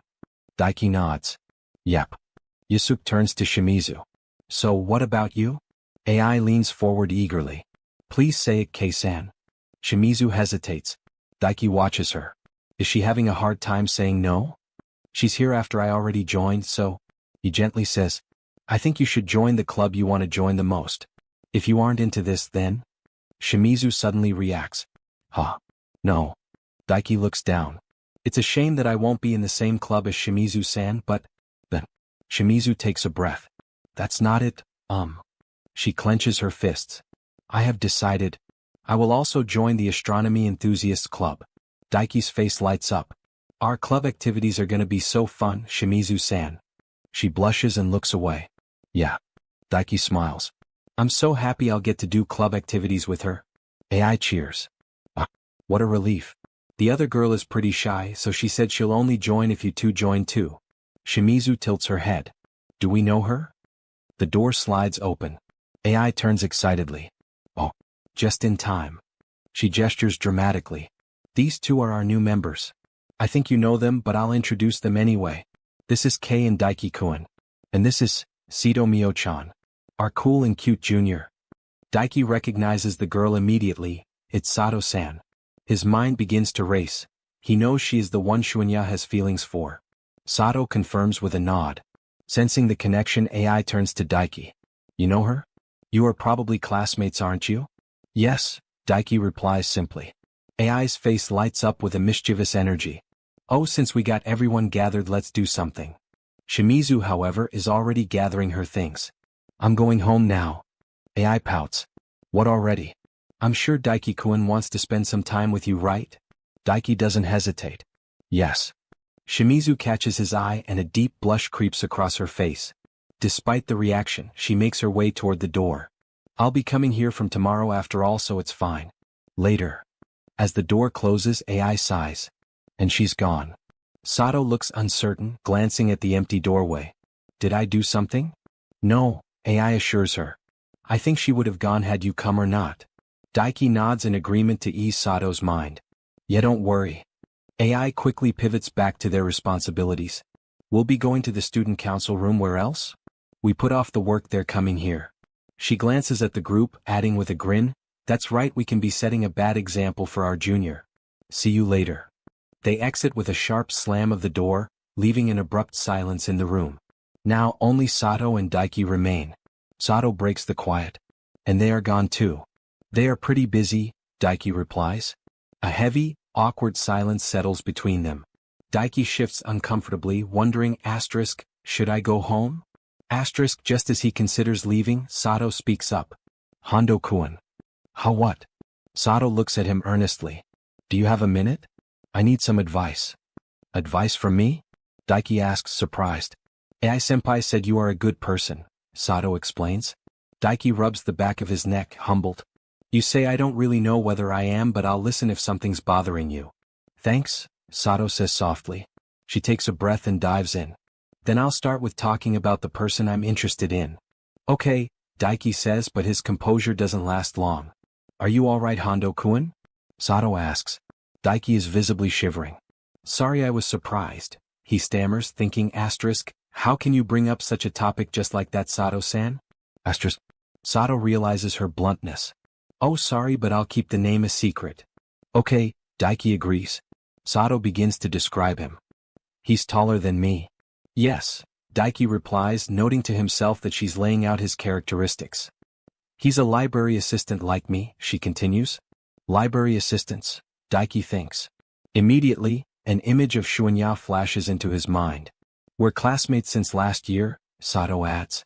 The pieces click together perfectly. Library assistant, classmate, tall. Daiki holds up a hand. Wait a moment, Sato-san. What is it? Is the person you're talking about in the football club? Sato's eyes widen. Are you a mind reader? It's definitely him, Daiki thinks. Aloud he says, you have told me enough to know who it is. Sato chuckles. You should be a detective, Hondo-kun. Then there's no point in hiding it anymore. Daiki watches her, thinking, asterisk, she might be a natural airhead. Asterisk. Yes, I'm interested in Matsuoka-kun, Sato finally admits. Daiki's mind whirs. Asterisk, I was wondering if Shunya's feelings were one-sided, but wait, she said she's interested, not that she has a crush. Asterisk. Sato reminisces, I started when we both were library assistants last year. At first I only gave short answers when he talked to me, but he talked to me often. Okay, Daiki prompts. Soon we started talking regularly and now we're both still library assistants. Talking with him became fun. She pauses, looking at him with genuine confusion. Hondo-kun, do you think I have a crush on Matsuoka-kun? Daiki is momentarily speechless. Asterisk, does she have a crush? Her situation sounds similar to mine. I'm also not sure what this feeling is. Asterisk. He chooses his words carefully. Sorry, I can't say for sure. I'm not experienced in love myself. However, either way it doesn't change the fact that they are important to you. I think you should carefully think about it. At least that's what a friend told me. Sato reflects on his words. You say, Hondo-kun. What? Would you be willing to continue this conversation with me? Daiki smiles. If you don't mind that it's me, then any time. He thinks of his friend Shunya, but he also sees how troubled Sato is. He wants to support her. The next day, Daiki enters the classroom and finds Sato-san sitting at her desk. Nearby, Shimizu-san is slumped over, appearing to be fast asleep. Is Shimizu-san sleeping? Daiki asks. Yes, she was already sleeping when I came, Sato whispers. I see, Daiki replies. He takes his seat. Where are Ai-san and Yusuke-san? Sato replies they said they got stuff to do, they'll be late, Sato explains. All right, what do you want to do until they come? Sato reaches into her bag and pulls out a book. This. Daiki looks at the cover. This is a hairstyle catalog. I studied yesterday when I came home, Sato says seriously. Study? Today's topic is hairstyle preference. As they talk, Shimizu's head remains down, but she isn't sleeping. She is listening to every word. Hairstyle, Daiki repeats. Yes, I want to know what hairstyle would make a guy's heart flutter, Sato explains. That depends on the person, Daiki replies. He thinks to himself, asterisk, I want to say Shunya likes her with any hairstyle, but I probably shouldn't be so direct. Asterisk. Sato leans in. For reference, what are your preference? I say I like long hair. What style? Style I don't really know, Daiki admits. Check the catalog, Sato insists. Right. Daiki flips through the pages until a certain look catches his eye. Oh, this one looks good. Which one? Give me a moment. Is this it? Sato quickly gathers her hair, mimicking the photo. Is this it? You're actually trying it? Daiki says, impressed. Sato flashes a peace sign. How is it? I think it's all right. Okay, so Hondo likes half-up style, Sato notes. So it's called half-up, this hairstyle? Daiki says, learning something new. Sato begins to experiment again. Let's see, with my length a ponytail might be hard. How about this? My sister often does this. She twists her hair into a new arrangement.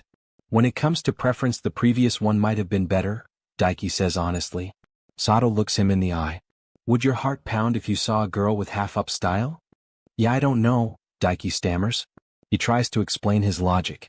I wouldn't have enough energy in the morning to style my hair. That by itself makes me think the person puts in a lot of effort. Sato looks at him and a little smirk plays on her lips. You really are a nice person. Huh. Daiki feels his heart flutter, not the same way it does for Shimizu, but a flutter nonetheless. Shunya interrupts the moment. They're really going to be late. I'll go check on them. Okay, Daiki says. The following morning, Daiki scans the room. Asterisk, where is Shimizu-san? Did she used to come late often? But recently she's been coming to school before me. Has something happened? Asterisk. Suddenly the door swings open. Shimizu-san arrives, but something is different. She is wearing a brand new hairstyle. Daiki stares, his face heating up. Good morning, Shimizu-san. Hi, she says softly. You change your hairstyle, Daiki notes. Yes. She takes her seat beside him, her face turning pink. It doesn't suit me, does it? Of course it does, it suits you and you look really cute. Daiki shouts, unable to contain his reaction. Shimizu's blush deepens. I see. Daiki is overwhelmed. Asterisk, she's beautiful. I can't say a word of what I was able to say before. Asterisk, he sits there worried and blushing, thinking, asterisk, something seems odd about her recently. She only changed her hairstyle, but I can't speak. Am I stressed? Asterisk. Hey Hondo, Shimizu says. What? I might be acting a little strange, but don't hesitate to tell me if something's weird. Daiki takes a breath and decides to be honest. That's not it, it's just when I saw your new hairstyle I felt a sort of unusual atmosphere and my heart just skipped a beat. Shimizu's face turns bright red. What? She shouts. And the cat caught my tongue, Shimizu-sen, Daiki adds, feeling the embarrassment himself. Shimizu covers her face with her hands. After a moment, she turns away to hide her expression. I sometimes change my hairstyle, you don't have to. Yeah, getting up early is a pain. I see, Daiki says. As the day begins, Shimizu thinks to herself, asterisk, I'll leave styling my hair as an ace up my sleeve.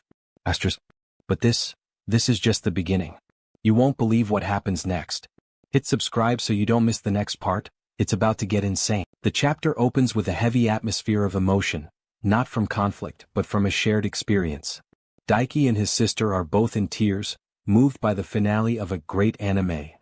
It really was, his sister chokes out, specifically touched by the 21-gram difference.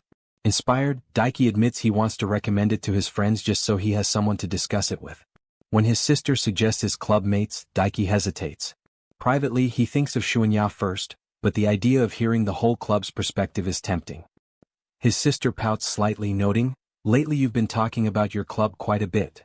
Daiki beams, explaining that everyone has been so welcoming to him as a new member. In the club room, a conversation on romance. Later, in the astronomy club room, the atmosphere is more playful. Sato leans in with a curious question. Panda-kan, is there something you want to do with your crush?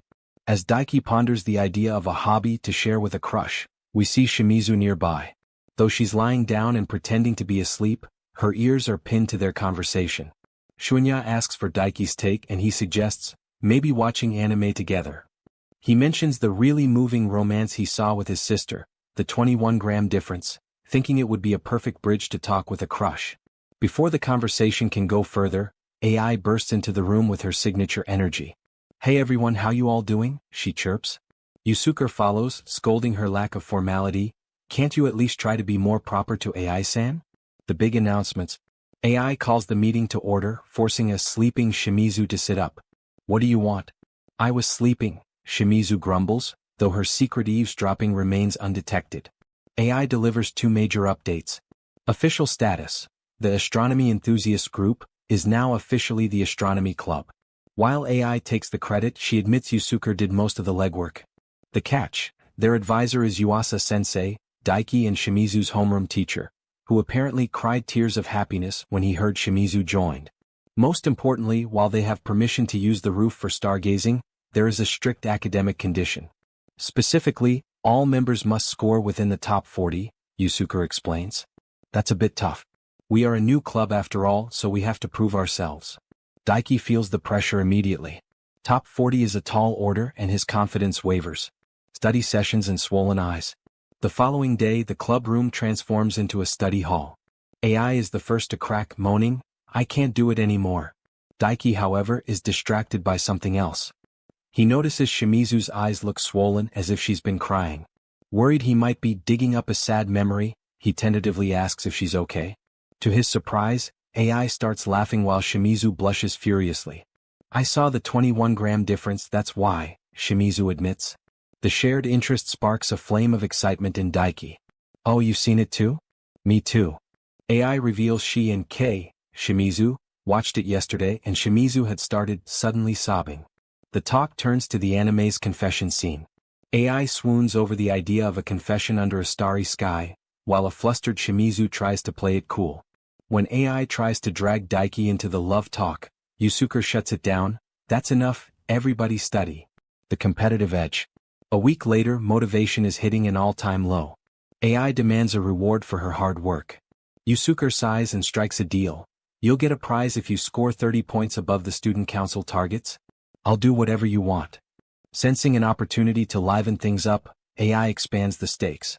She offers a wish to whoever gets the highest score in the club. Sato wants limited edition dorayaki. Shimizu claims she wants nothing from AI, until AI whispers a secret incentive into her ear. Whatever AI says causes Shimizu to blush a deep crimson. Suddenly, Shimizu is possessed by a surprising vigor and urgency, studying so hard that Daiki finds it intimidating to even speak to her. Tension and proximity. During the study grind, Sato asks Daiki for help with a problem. As Daiki leans in to explain it, he feels a chill, a shudder, and looks around, sensing a pair of angry eyes. It's Shimizu looking visibly jealous as she watches them work together. When Daiki later approaches Shimizu for help with a problem he doesn't understand, she initially tries to pawn him off on Yusuke. However, AI and Yusuke play matchmaker, insisting that since they are sitting next to each other, they should help one another. Geez, you leave me no choice, Shimizu huffs. As they look over the textbook, their shoulders touch. So close. Daiki flusters, and when Shimizu realizes their proximity, she jolts back, her face bright red.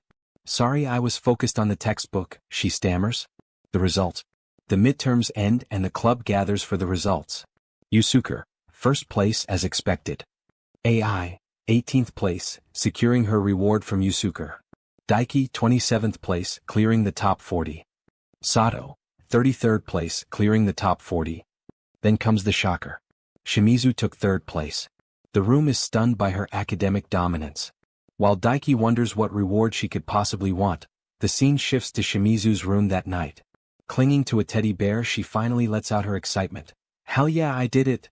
I crushed the exams. The flashback reveals AI's whispered bribe. If you score the highest, then during stargazing at the best moment, I'll leave you alone with Daiki-kun. With a look of pure determination and a racing heart, Shimizu declares, let's go. The following day, the club room, usually a hub of chaotic energy, is unusually quiet. Shimizu and Sato sit alone, waiting. Hondo said he's busy and won't come, Shimizu notes, glancing at the empty seats. But what about AI and Yusuke? Sato shrugs. They said student council work is taking longer than expected. A heavy silence falls between them. Shimizu's mind races. She remembers Sato asking Daiki about love, acting so casual about it. I'll tell her, Shimizu decides, her competitive spark lighting up. Hey Sato, she begins. I've got something to tell you. Sato looks up, unfazed. Funnily enough, I've got something to tell you too. They lock eyes, the air crackling with tension. Bring it on, Shimizu challenges. Let's go on 3. 1, 2, 3. You're into Hondo, aren't you? They both shout simultaneously. Shimizu's face turns a violent shade of crimson. What? How does she know? She screams internally before shouting. Why would you think like that? Sato begins ticking off points with cool precision. First off, the timing of your hairstyle changed to the one he said he likes. Secondly, you immediately saw that anime he was talking about. And thirdly, Sato pauses for effect. When he said he wanted to eat a handmade lunch, you made one for him. Hold on. Shimizu shouts, her face burning. How did you know that? Can I choose my right to remain silent? Sato asks. No way. Spit it out. Sato sighs. Fine. Ai-senpai asked me to keep an eye on you. Shimizu's temper flares. Damn it, AI. You should have refused. I would have, Sato admits bluntly, but I was promised dorayaki for the information. Shimizu is speechless. I was sold out for sweets, seen through by a dorayaki addict. And, Sato adds, I'm not into Hondo-kun. Liar. Shimizu retorts. You were talking with him about love, gathering information, and being all friendly. Sato gives her a knowing look. So, you were just pretending to sleep? Shimizu freezes. Sato continues, the one I like is actually Matsuoka-kun. Matsuoka Shunya-kun. Shimizu blinks, the gears in her head shifting. It makes sense. Matsuoka and Hondo are best friends. But then she remembers, didn't Matsuoka say he likes Sato too? I wanted to make sure what I felt for him was love, Sato explains quietly. That's why I asked Hondo-kun about it. Shimizu stays silent, realizing Sato is still navigating her own confusion. I'd better not say too much yet. Sato leans in. Listen, Shimizu-san, don't you think we could help each other out? I can get info out of Hondo for you. Shimizu frowns. But there's nothing I can do about Matsuoka. He's afraid of me. You could have sugar-coated it a little, Sato mutters. Sorry, Shimizu says, I don't need you to do anything about him. I want to ask you for something else. Tell me about love. Sato looks surprised. About love? Yes, Sato says. Since you're in love, I think you could explain things to me. Shimizu hesitates, unsure if she's the best teacher, but she realizes this is a golden opportunity. All right. I'll help you with what I can. They shake hands, a new alliance formed. The supermarket diversion. The next day, the tension of the exams has been replaced by the excitement of the upcoming stargazing trip. Daiki, Shimizu, and Sato are at the supermarket for supplies. We'll finally be stargazing tomorrow, Daiki says, looking at Shimizu. Yes, she replies, though her focus is interrupted by Sato's obsession. Let's buy dorayaki too, Sato insists. Okay geez, Shimizu groans. We could just go after dinner. As they shop, Daiki wonders aloud why AI told them to gather so early at noon. Shimizu, knowing AI's devious mind, scoffs. I doubt she was thinking about anything good.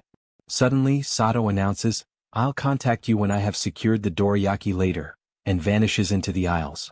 As she walks away, she shoots a subtle thumbs up back at Shimizu. Shimizu breaks into a nervous sweat. Is this her idea of helping? Leaving us alone without notice?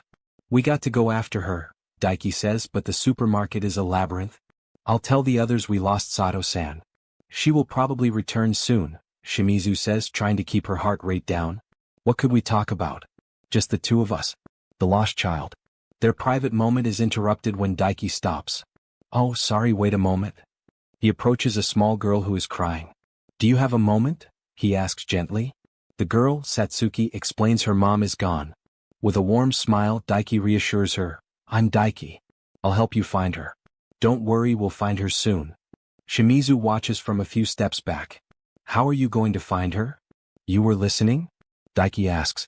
More or less, Shimizu mumbles. I wouldn't continue shopping on my own, though it would have been nice to be by ourselves. Thanks, Daiki says. That's really kind of you. Satsuki looks up at Shimizu and shrinks back. Daiki, who is this scary person? Shimizu feels like she's been struck by lightning. Scary? I know I act like that, but from a kid. She becomes instantly gloomy. She is not scary, Daiki corrects the girl. Her name is Shimizu Kai-san. She's nice, so don't worry. Shimizu is left speechless by his easy defense of her. The drawing and the lovers. As they search, Satsuki grows tired and anxious. Please hold my hand, she asks. Daiki on the right and Kai on the left. Shimizu sighs. I guess we don't have a choice. Holding hands with the child between them, they walk through the store. Satsuki beams. My mom and dad often do this. Mom and dad. Both Daiki and Shimizu flush deep red. Where do we look next? Shimizu asks, her voice trembling slightly. They decide to take a break on a bench. While Daiki goes to find a solution, Shimizu sits with Satsuki. Hey Kai, play with me, the girl insists. Sure, Shimizu says softly, but I won't run around, it would be a nuisance. She pulls out a pen and paper. Look, I've got these. A few minutes later, Daiki returns, hiding his hands behind his back. You seem good at taking care of others, he tells Shimizu. You'll probably be a good mother in the future. What are you talking about? Shimizu blushes furiously. Satsuki interrupts, holding up a paper. It's done. They both lean in to look. It's a drawing of the three of them holding hands. Is that us? Shimizu asks. Wow, you're great at this. Daiki praises her. Suddenly, a discount announcement over the speakers jars Daiki's memory. I completely forgot. I should have thought of it earlier. The customer service counter. A parting gift. At the counter, an announcement is made, and soon Satsuki's mother comes running, crying out her daughter's name. After a tearful reunion and many bows of gratitude, the mother looks at Daiki and Shimizu. We have interrupted your time together, the mother says warmly. You're lovers, right? No. Shimizu shouts, waving her hands. Huh. You're not. Satsuki asks, looking confused. But you got this look in your eyes when you're looking at Daiki. Shimizu freezes. Even a child saw through me. Shimizu-san. Daiki says, noticing her silence. Shimizu suddenly turns to Satsuki. No, the thing you said is right. She blushes, but her voice is firm. I'm right. If you really want to express your thanks, I want that drawing from a moment ago. Would you give it to us? Sure. Satsuki chirps. I am rooting for you. Yeah, thanks, Shimizu murmurs. As the mother and daughter walk away, Satsuki calls out, Bye-bye Kai Daiki. That's nice, Daiki says, looking at the departing pair. Shimizu looks down at the drawing of the two of them holding hands with the little girl. Yeah, she whispers. Suddenly, Sato reappears out of thin air. You owe me one, she whispers to Shimizu. Ah. Shimizu glares at her, her face still hot with a mix of anger and embarrassment. To be continued. On a quiet holiday morning at Daiki's house, sunlight spilling softly through the windows. The air feels calm, almost too calm, like something important is about to happen.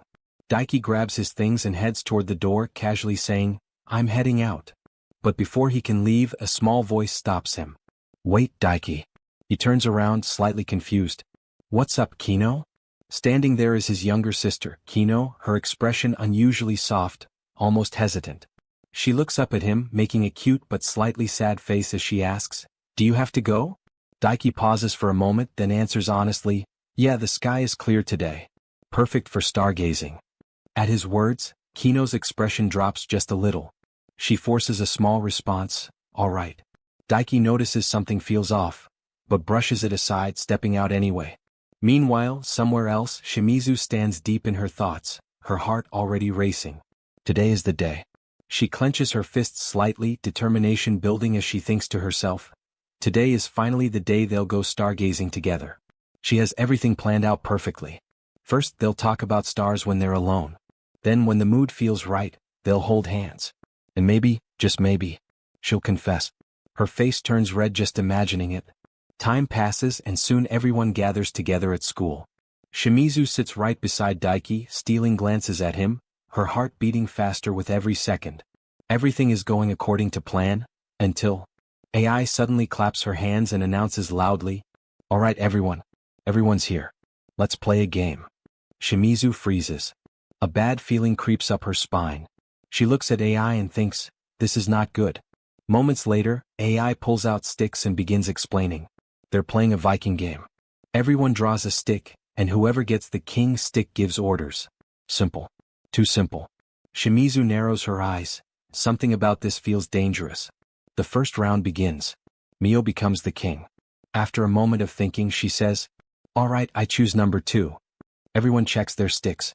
It's Daiki. Shimizu tenses instantly, watching carefully, ready to explode if anything weird happens. But Mio simply smiles and says, I want something sweet if you have anything. Shimizu blinks. That's it? Daiki casually steps forward and says, I'm number 2, is this fine? He hands her dorayaki. Mio's eyes sparkle as she takes it, saying, Are you an angel? Shimizu exhales slightly. Crisis avoided. For now. Then comes the second round. This time, AI is the king. Shimizu's heart drops. This is bad. Very bad. AI looks around, then smirks slightly before saying, Number 2 and 4 go to the vending machine while holding hands and buy some juice. Silence. Then, Daiki says, I'm number 4. And Shimizu, trembling slightly, whispers, Me. Her face instantly turns red. Her mind goes blank. And holding? Here. Now. She panics and shouts, Something is fishy, I want to overturn the order. But no one supports her. The decision stands. Daiki stands up and gently extends his hand toward her. Let's just go. Shimizu stares at his hand like it's something dangerous. Her thoughts spiral. This wasn't the plan. This wasn't supposed to happen yet.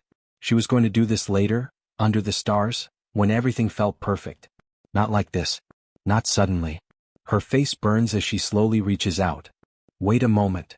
But, she still places her hand in his. The moment their hands touch, her entire body stiffens. Ah. Daiki flinches slightly. Sorry. Shimizu quickly shakes her head, flustered. Don't apologize, forget it. They walk together hand in hand. Silence surrounds them. But inside Shimizu, it's chaos. Her heart is pounding so loudly it feels like it might explode. Her hand feels hot. Too hot. She can't even look at him. She tries to say something, anything. But nothing comes out. Then Daiki breaks the silence. You know, there are more people than I would have expected, considering what Sato-san said. Shimizu responds awkwardly, oh yeah. But her mind is still spinning. Then Daiki notices something. You are wearing your hair differently today. She stiffens. What of it? You got something against it? He quickly shakes his head. Not at all, it's just it really suits you. Her grip tightens instantly. Her face turns even redder. Okay. After a while they return. Still holding hands. AI notices immediately and smirks. By the way, how long do you plan to hold on to each other for? They both instantly let go. Shimizu explodes, face burning. Damn it, just get the lords ready. The game continues. And unfortunately for Shimizu, AI keeps becoming king. Again. And again. And again. Then comes the worst one. AI declares.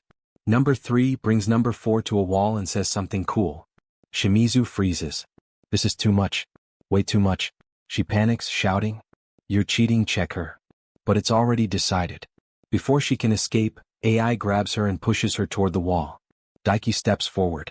He raises his hand, slams it against the wall beside her, and says, I'll never let anyone else have you. Stay by my side forever. Time stops. Shimizu's brain shuts down completely. Her face turns bright red. Her heart feels like it's going to explode. She can't move. She can't speak. She can't breathe. The game ends. But the damage is done. Later, in the kitchen, everyone gathers again.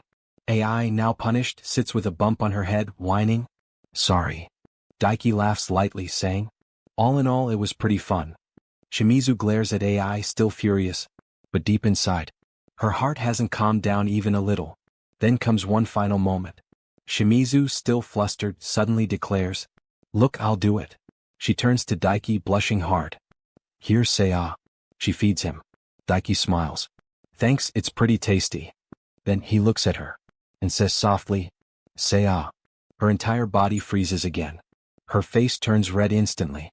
Her thoughts spiral. She wasn't ready for this. Not at all. And as the day continues, one thought lingers in her mind. Will the stargazing go the way she planned? Or will everything fall apart again?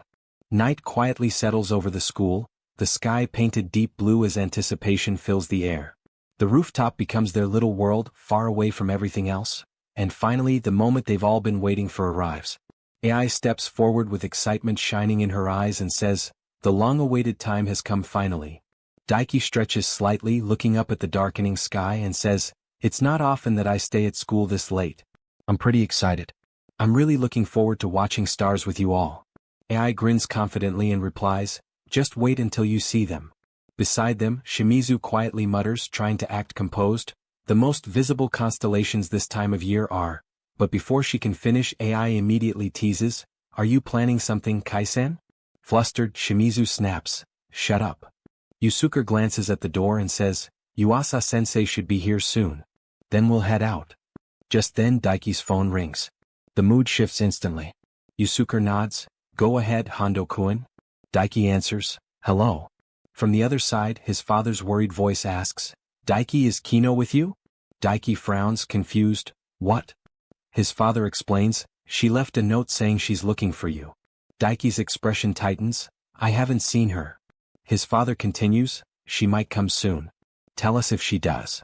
Daiki responds quietly, all right. The group senses something's off. Mio asks, what did he say? Daiki replies, he said that my sister might be coming here. Right then, the rooftop door creaks open. Daiki turns, Kino. From the shadows, a small voice answers, Daiki. Eye lights up instantly, oh how cute you're, Kino-chan. Kino walks straight to him and clings tightly. Daiki sighs, Dad was worrying about you.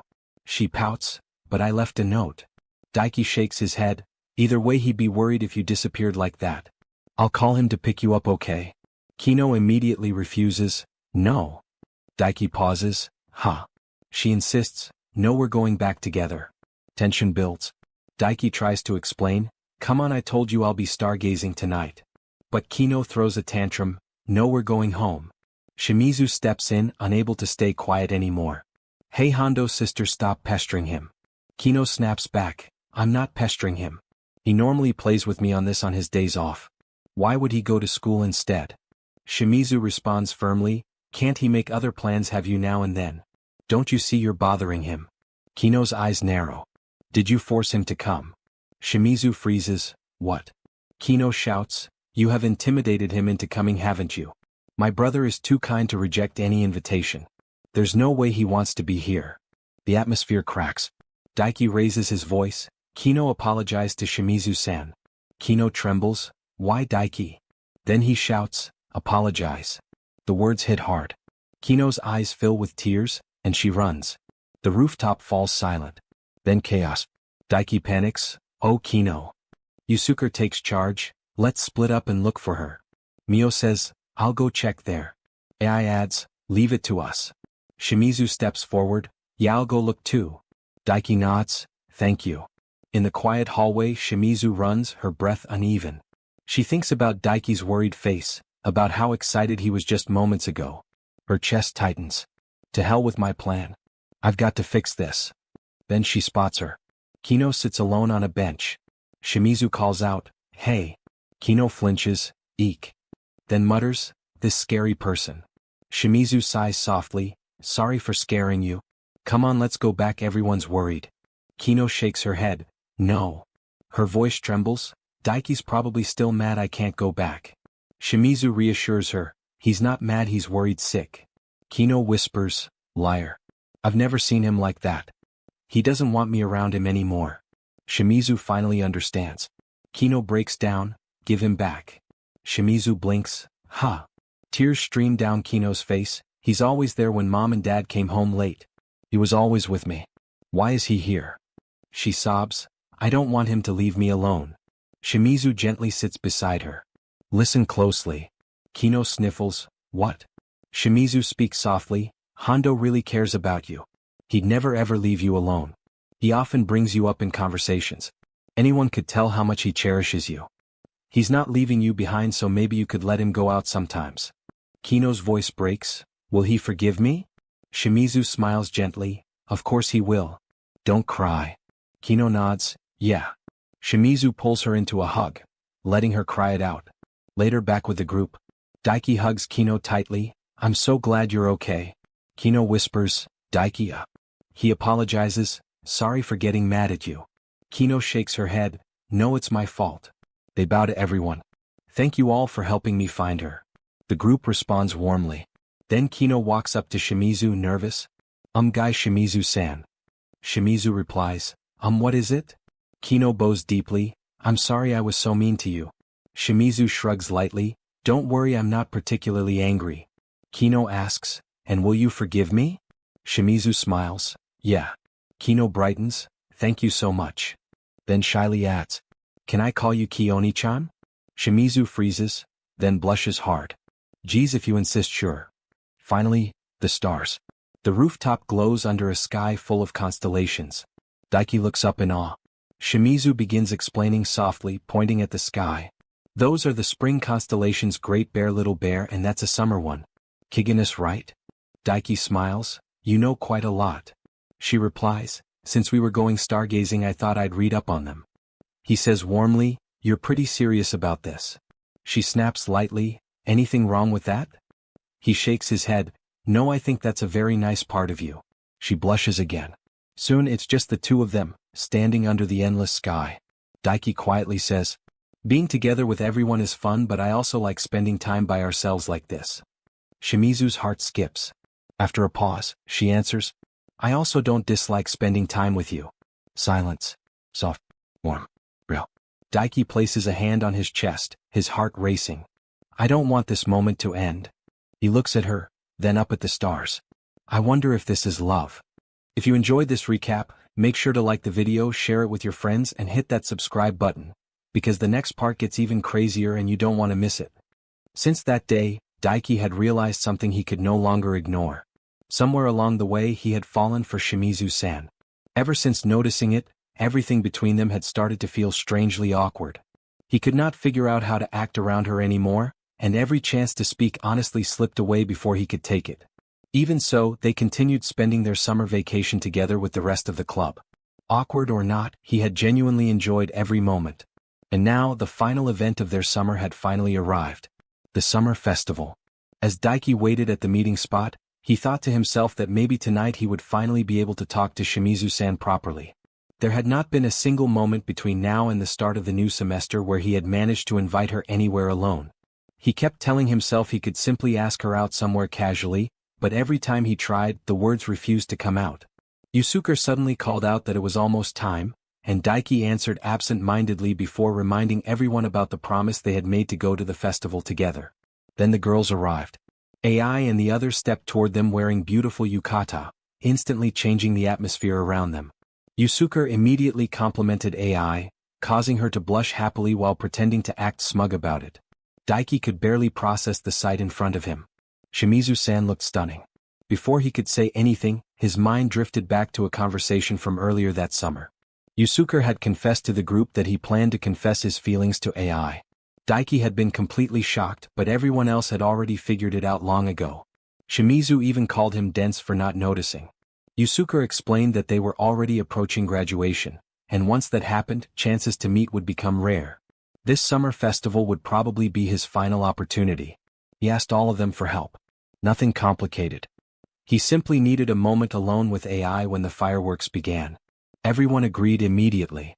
Shimizu confidently told him to leave it to them, while Daiki promised to support him however he could. Back then, Daiki had admired Yusuke's courage.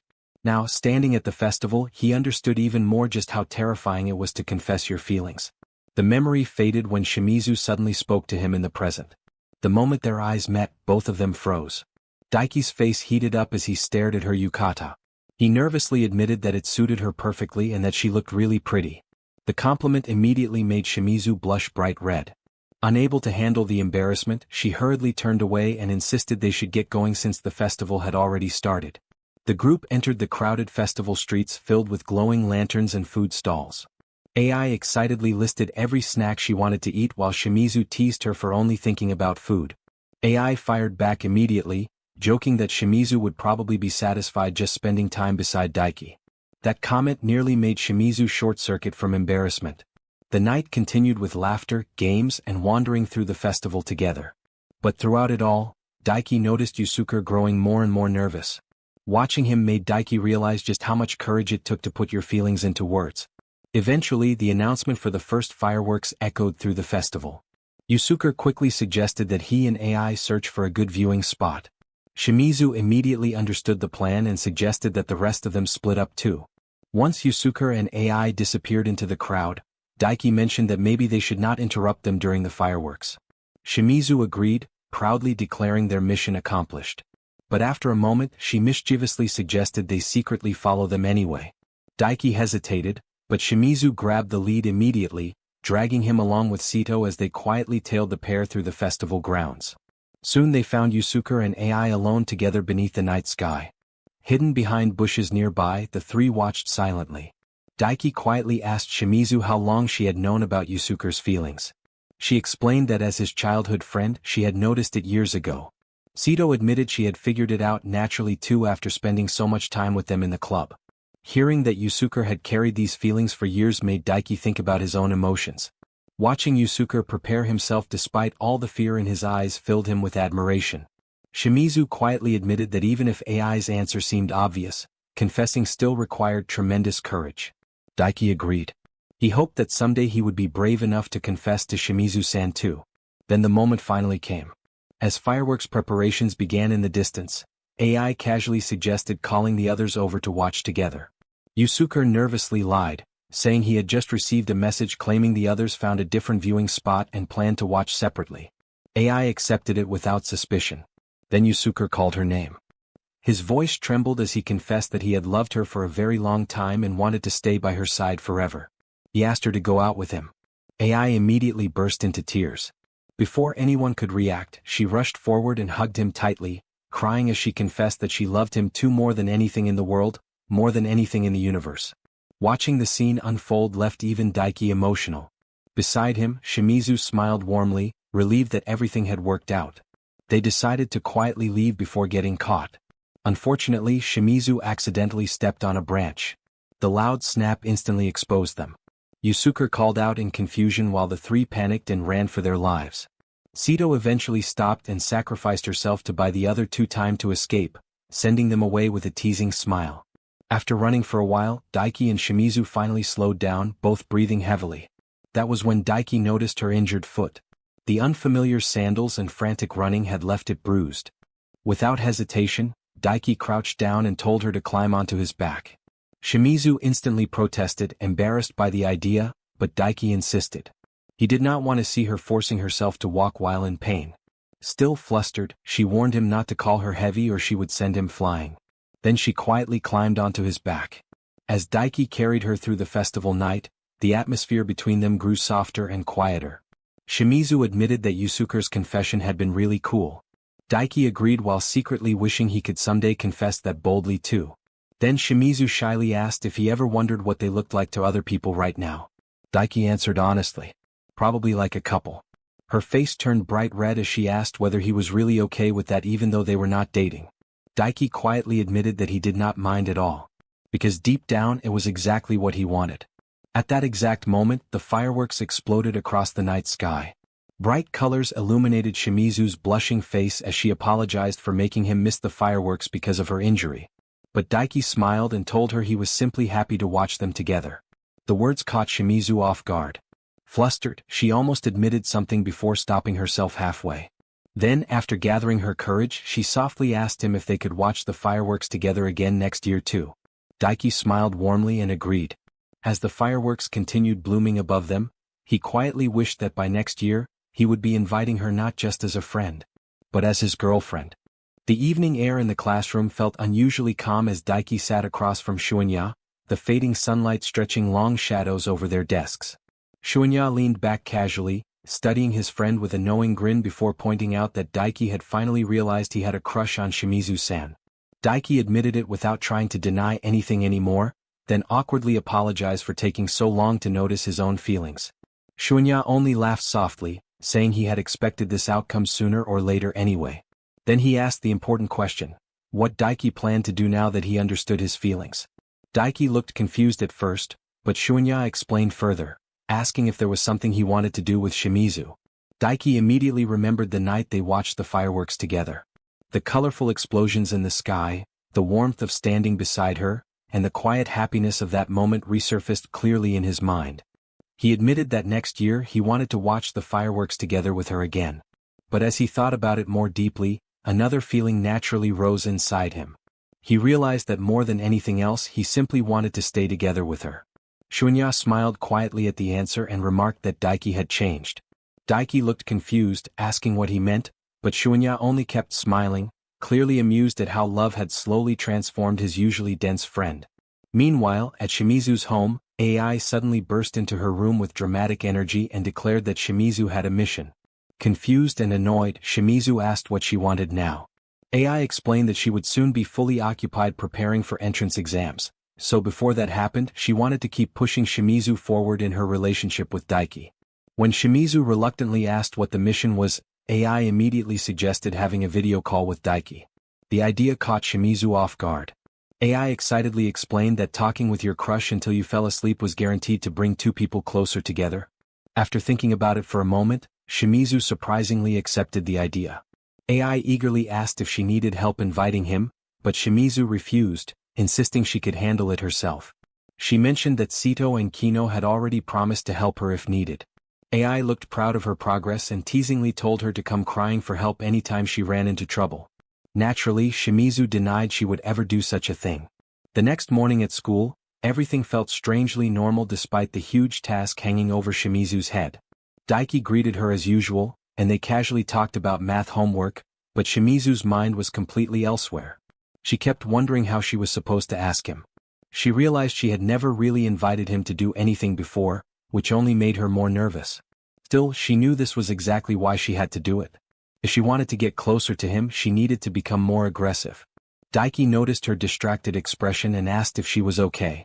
She quickly brushed it off, but when he gently mentioned that she seemed lost in thought, she became curious and asked why he was not pressing her for answers. Daiki calmly explained that while he was curious, He did not want to force her to talk about something she was uncomfortable sharing. That simple kindness immediately made her blush. Feeling cornered by her own emotions, she declared that she would tell him later that day and told him to wait. Even when Daiki said she did not have to force herself, she stubbornly insisted she would do it. The entire day passed, but when the two of them finally ended up alone together, Shimizu completely lost her nerve. Sitting beside him with a gloomy expression, she internally panicked over how she had failed to say a single thing. Since AI and Yusuke were busy studying while Sito was occupied at the library, this was probably her only chance to talk privately with him that day. Seeing how troubled she looked, Daiki gently suggested that she could always tell him tomorrow instead. But Shimizu suddenly grabbed her phone instead of speaking directly. Nervously typing out a message, she sent it to him while sitting right beside him. Daiki looked down at his phone and read the simple message asking if he wanted to have a video call with her. To her surprise, he laughed. Embarrassed, Shimizu demanded to know what was so funny. Daiki apologized and explained that because she had been hesitating so much all day, he thought it was going to be something far more serious. Trying to stay composed, Shimizu quietly asked for his answer. Daiki immediately agreed and asked when she wanted to do it. She suggested Saturday night, and after he agreed once more, the plan was finally set. That night at home, Shimizu paced restlessly around her room, unable to calm down. AI barged in dramatically again and immediately noticed how worried she looked. Once Shimizu admitted that the mission was progressing successfully, her concerns shifted toward a completely different problem: what she should wear. The moment Shimizu asked for advice, AI smugly pointed out that she had indeed come crying for help after all. Ignoring the teasing, Shimizu listened as AI suggested cute nightwear since Daiki would probably appear in casual clothes during the nighttime call. Unfortunately for Shimizu, AI also pointed out that Daiki would likely only be wearing something simple like a t-shirt, which instantly filled her imagination with embarrassing images. Flustered, Shimizu denied imagining anything at all and insisted she had already seen him casually dressed before. Naturally, AI saw right through her reaction. The next day, she dragged Shimizu shopping for matching nightwear anyway. Finally, the night of the video call arrived. Standing nervously in her room, Shimizu stared down at the cute nightwear they had bought together. Her face burned red as she wondered if it was too much and debated changing clothes at the last second. Still, part of her genuinely wanted to charm him. She encouraged herself to stay strong, reminding herself that Daiki was so dense she needed to put in extra effort if she wanted him to notice her. Then her phone began ringing. Her heart immediately jumped. It was Daiki. Taking a deep breath, she answered the call. Daiki appeared on the screen and greeted her warmly, asking if he had called at the right time. Shimizu answered nervously, but then noticed him suddenly go quiet while staring at her. For one glorious second, she wondered if her plan had worked. Then Daiki admitted, while blushing slightly himself, that he had simply been thinking about how cute she looked in those clothes. The compliment instantly made all of Shimizu's efforts feel worth it. Daiki continued honestly, saying that although she always wore cool-looking outfits, these clothes suited her really well too. Shimizu tried to maintain composure, but the praise clearly made her happy. Embarrassed, she warned him not to go around calling every girl cute or she would make him pay for it. Daiki immediately denied saying such things to everyone, which only made her blush even harder. Once the awkwardness settled, Daiki asked what she wanted to talk about. Unfortunately, Shimizu realized she had spent so much energy preparing for the call itself that she had completely forgotten to think of conversation topics. In the end, they simply chatted casually. And surprisingly, it felt wonderful. They talked about school, friends, and random everyday things. As the conversation flowed naturally, Shimizu realized how much she had already changed because of him. She thought about everything she had done just to catch his attention: dyeing her hair black again, learning to cook, changing hairstyles, trying cute clothes, and pushing herself into situations she normally would have avoided. Yet strangely enough, she did not dislike any of those changes. At some point, Daiki noticed her becoming quieter and asked if she was falling asleep. Startled, she admitted the truth instead. She confessed that she had simply been thinking about him. Daiki softly thanked her, which immediately made her flustered because that was not the kind of confession someone responded to with thanks. But Daiki explained that hearing those words made him feel warm inside. Then, after a short pause, he admitted something even more personal. Whenever he talked to her, he sometimes felt as though the emptiness inside him was slowly being filled by her words. Little by little, she was changing him into her colors. The moment those words reached her ears, Shimizu completely short-circuited. Her face turned bright red as she panicked and declared that this was bad. Daiki gently laughed and said he did not think it was a bad thing at all, but Shimizu could no longer handle the overwhelming embarrassment. In a desperate attempt to escape, she abruptly announced that she was going to sleep because she suddenly felt sleepy. Though confused, Daiki simply accepted it and wished her good night. After hanging up, Shimizu immediately collapsed onto her bed, burying her burning face into the sheets as Daiki's words replayed endlessly inside her mind. "You're changing me more and more into your colors." Lying there alone in the darkness, she quietly realized that the exact same thing was happening to her too. And with that thought, she covered her face while blushing even harder as the chapter came to an end.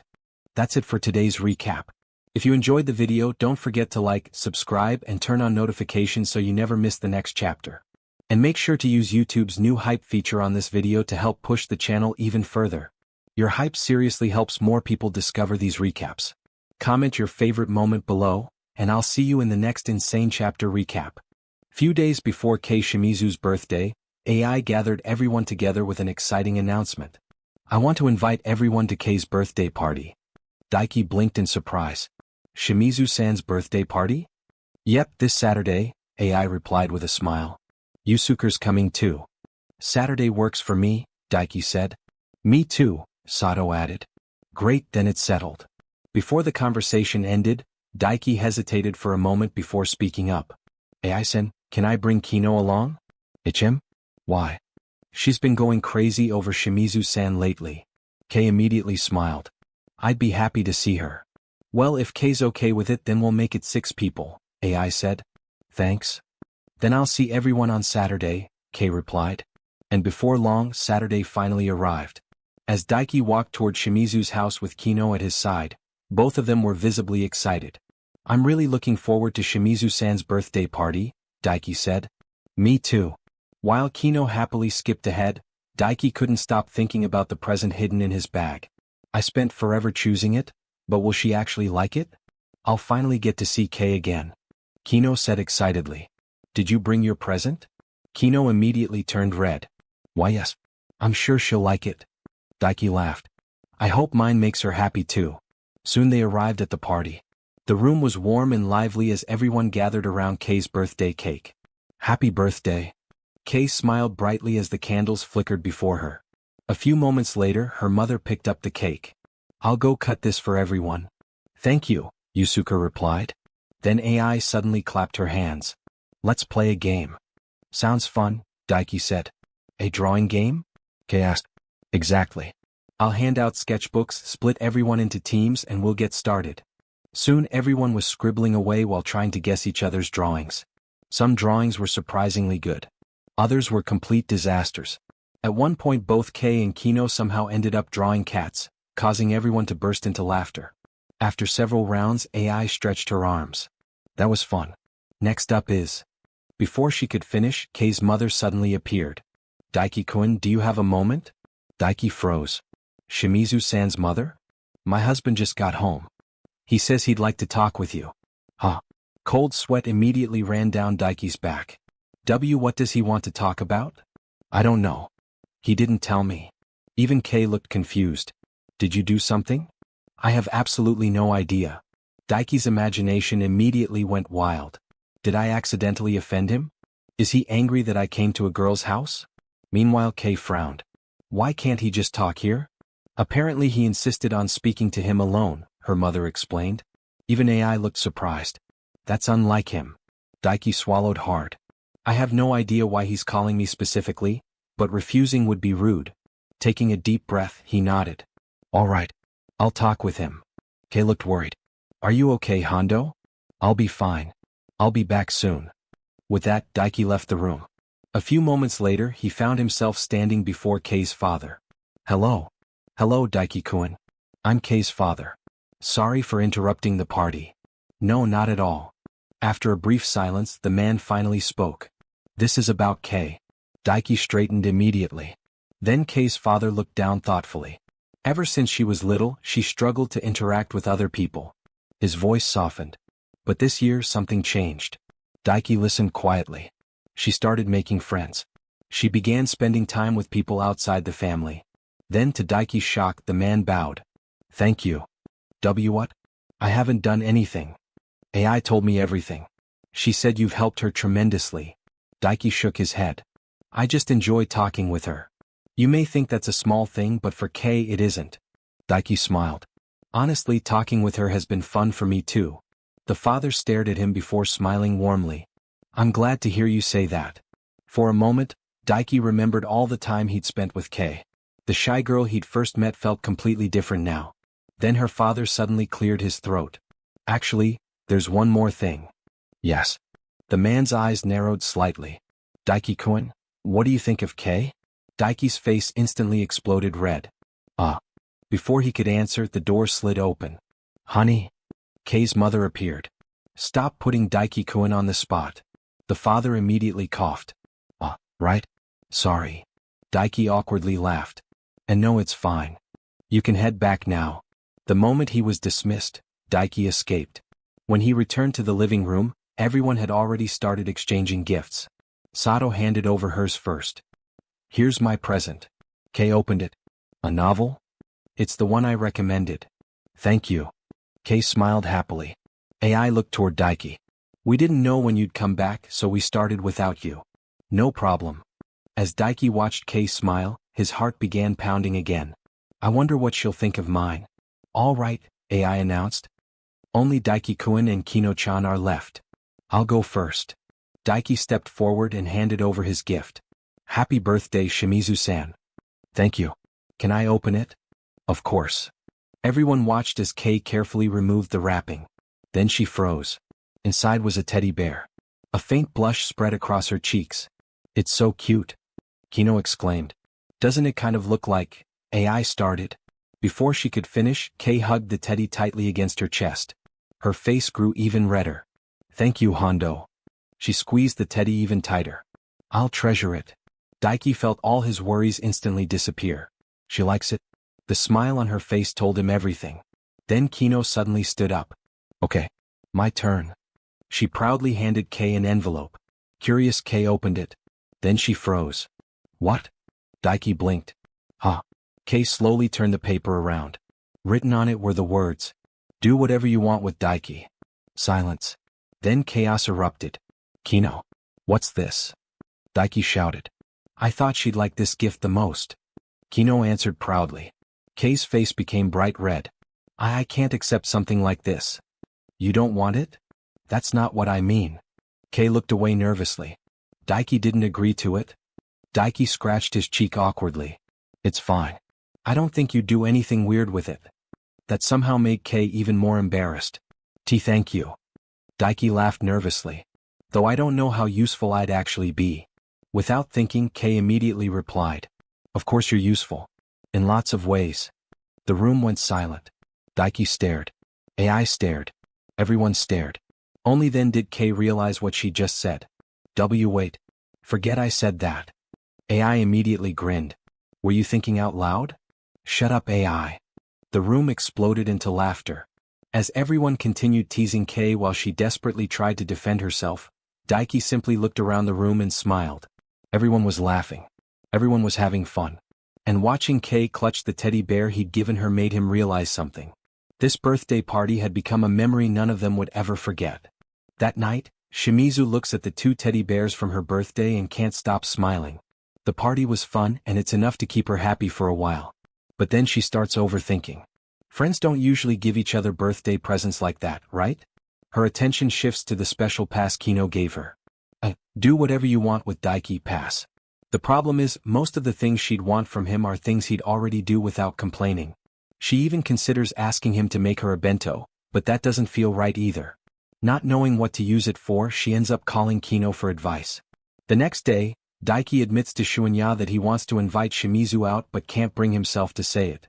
Ever since realizing his feelings, talking to her has become way harder than before. Seeing the problem, Shunya comes up with a plan. Since exams are coming up, they'll hold a study session with Daiki, Shimizu, Sito, and himself. When Daiki invites Shimizu, she's confused at first, then quickly realizes Shunya is probably trying to get closer to Sito too. With everyone on board, the group heads to Daiki's house after school. Kino greets everyone at the door and immediately starts talking about the pass again. She tells Shimizu they'll discuss their plan later, leaving Daiki completely confused about what they're plotting behind his back. Once they're in Daiki's room, Shunya immediately tries to expose Daiki by suggesting they look through his childhood photos. Daiki desperately tries to stop that from happening, but Sito likes the idea, and to his horror, Shimizu looks even more interested than anyone else. She admits she'd definitely want to see them if given the choice. Daiki can only pray everyone forgets about it later. The group eventually gets to studying. Shunya ends up helping everyone with questions, and Sito reveals she prepared ahead of time because she wanted to impress him. She says it so openly that even Daiki is caught off guard. Shunya proudly accepts the praise, and the two end up getting along surprisingly well. Meanwhile, Shimizu helps Daiki with a problem he's stuck on, and before long everyone notices how natural the two of them are together. Later, Kino brings drinks and Shunya offers to go buy snacks. Kino immediately orders Daiki to go with him because the girls want a private meeting. Daiki is dying to know what they're talking about, but he gets kicked out anyway. While shopping, Shunya points out that things are going well. He also notices the atmosphere between Daiki and Shimizu and directly says what Daiki is really after. He wants to ask her on a date. Daiki admits it, and Shunya decides to help one last time by promising to walk Sito home after the study session. That way, Daiki and Shimizu will end up alone together. Realizing how much effort Shunya has put into helping him, Daiki finally makes up his mind. No matter what, he's asking Shimizu out today. After more studying, the session finally ends. Sito thanks everyone and says she feels ready for the exams. Just as planned, Shunya offers to walk her home and she accepts. Before long, the two leave together, leaving Daiki and Shimizu alone. This is the moment. Daiki tries to ask her out, but the words just won't come out. Every time he starts, he freezes. Shimizu notices immediately and says she has something she wants to say first. Then she pulls out the pass. Completely red-faced, she hands it to him and uses it to ask him on a date. For a second it looks like Daiki is rejecting her. He says he can't accept it and Shimizu is completely caught off guard. But then he explains. If she asked him out before he could ask her, he'd never forgive himself for being that lame. Gathering all his courage, Daiki finally says the words he's been trying to say all day and asks Shimizu to go on a date with him. The realization hits her instantly. He wanted the same thing all along. He just didn't want her to have to use the pass for it. After taking a moment to steady herself, Shimizu smiles, agrees and finally accepts. Their first date is officially happening.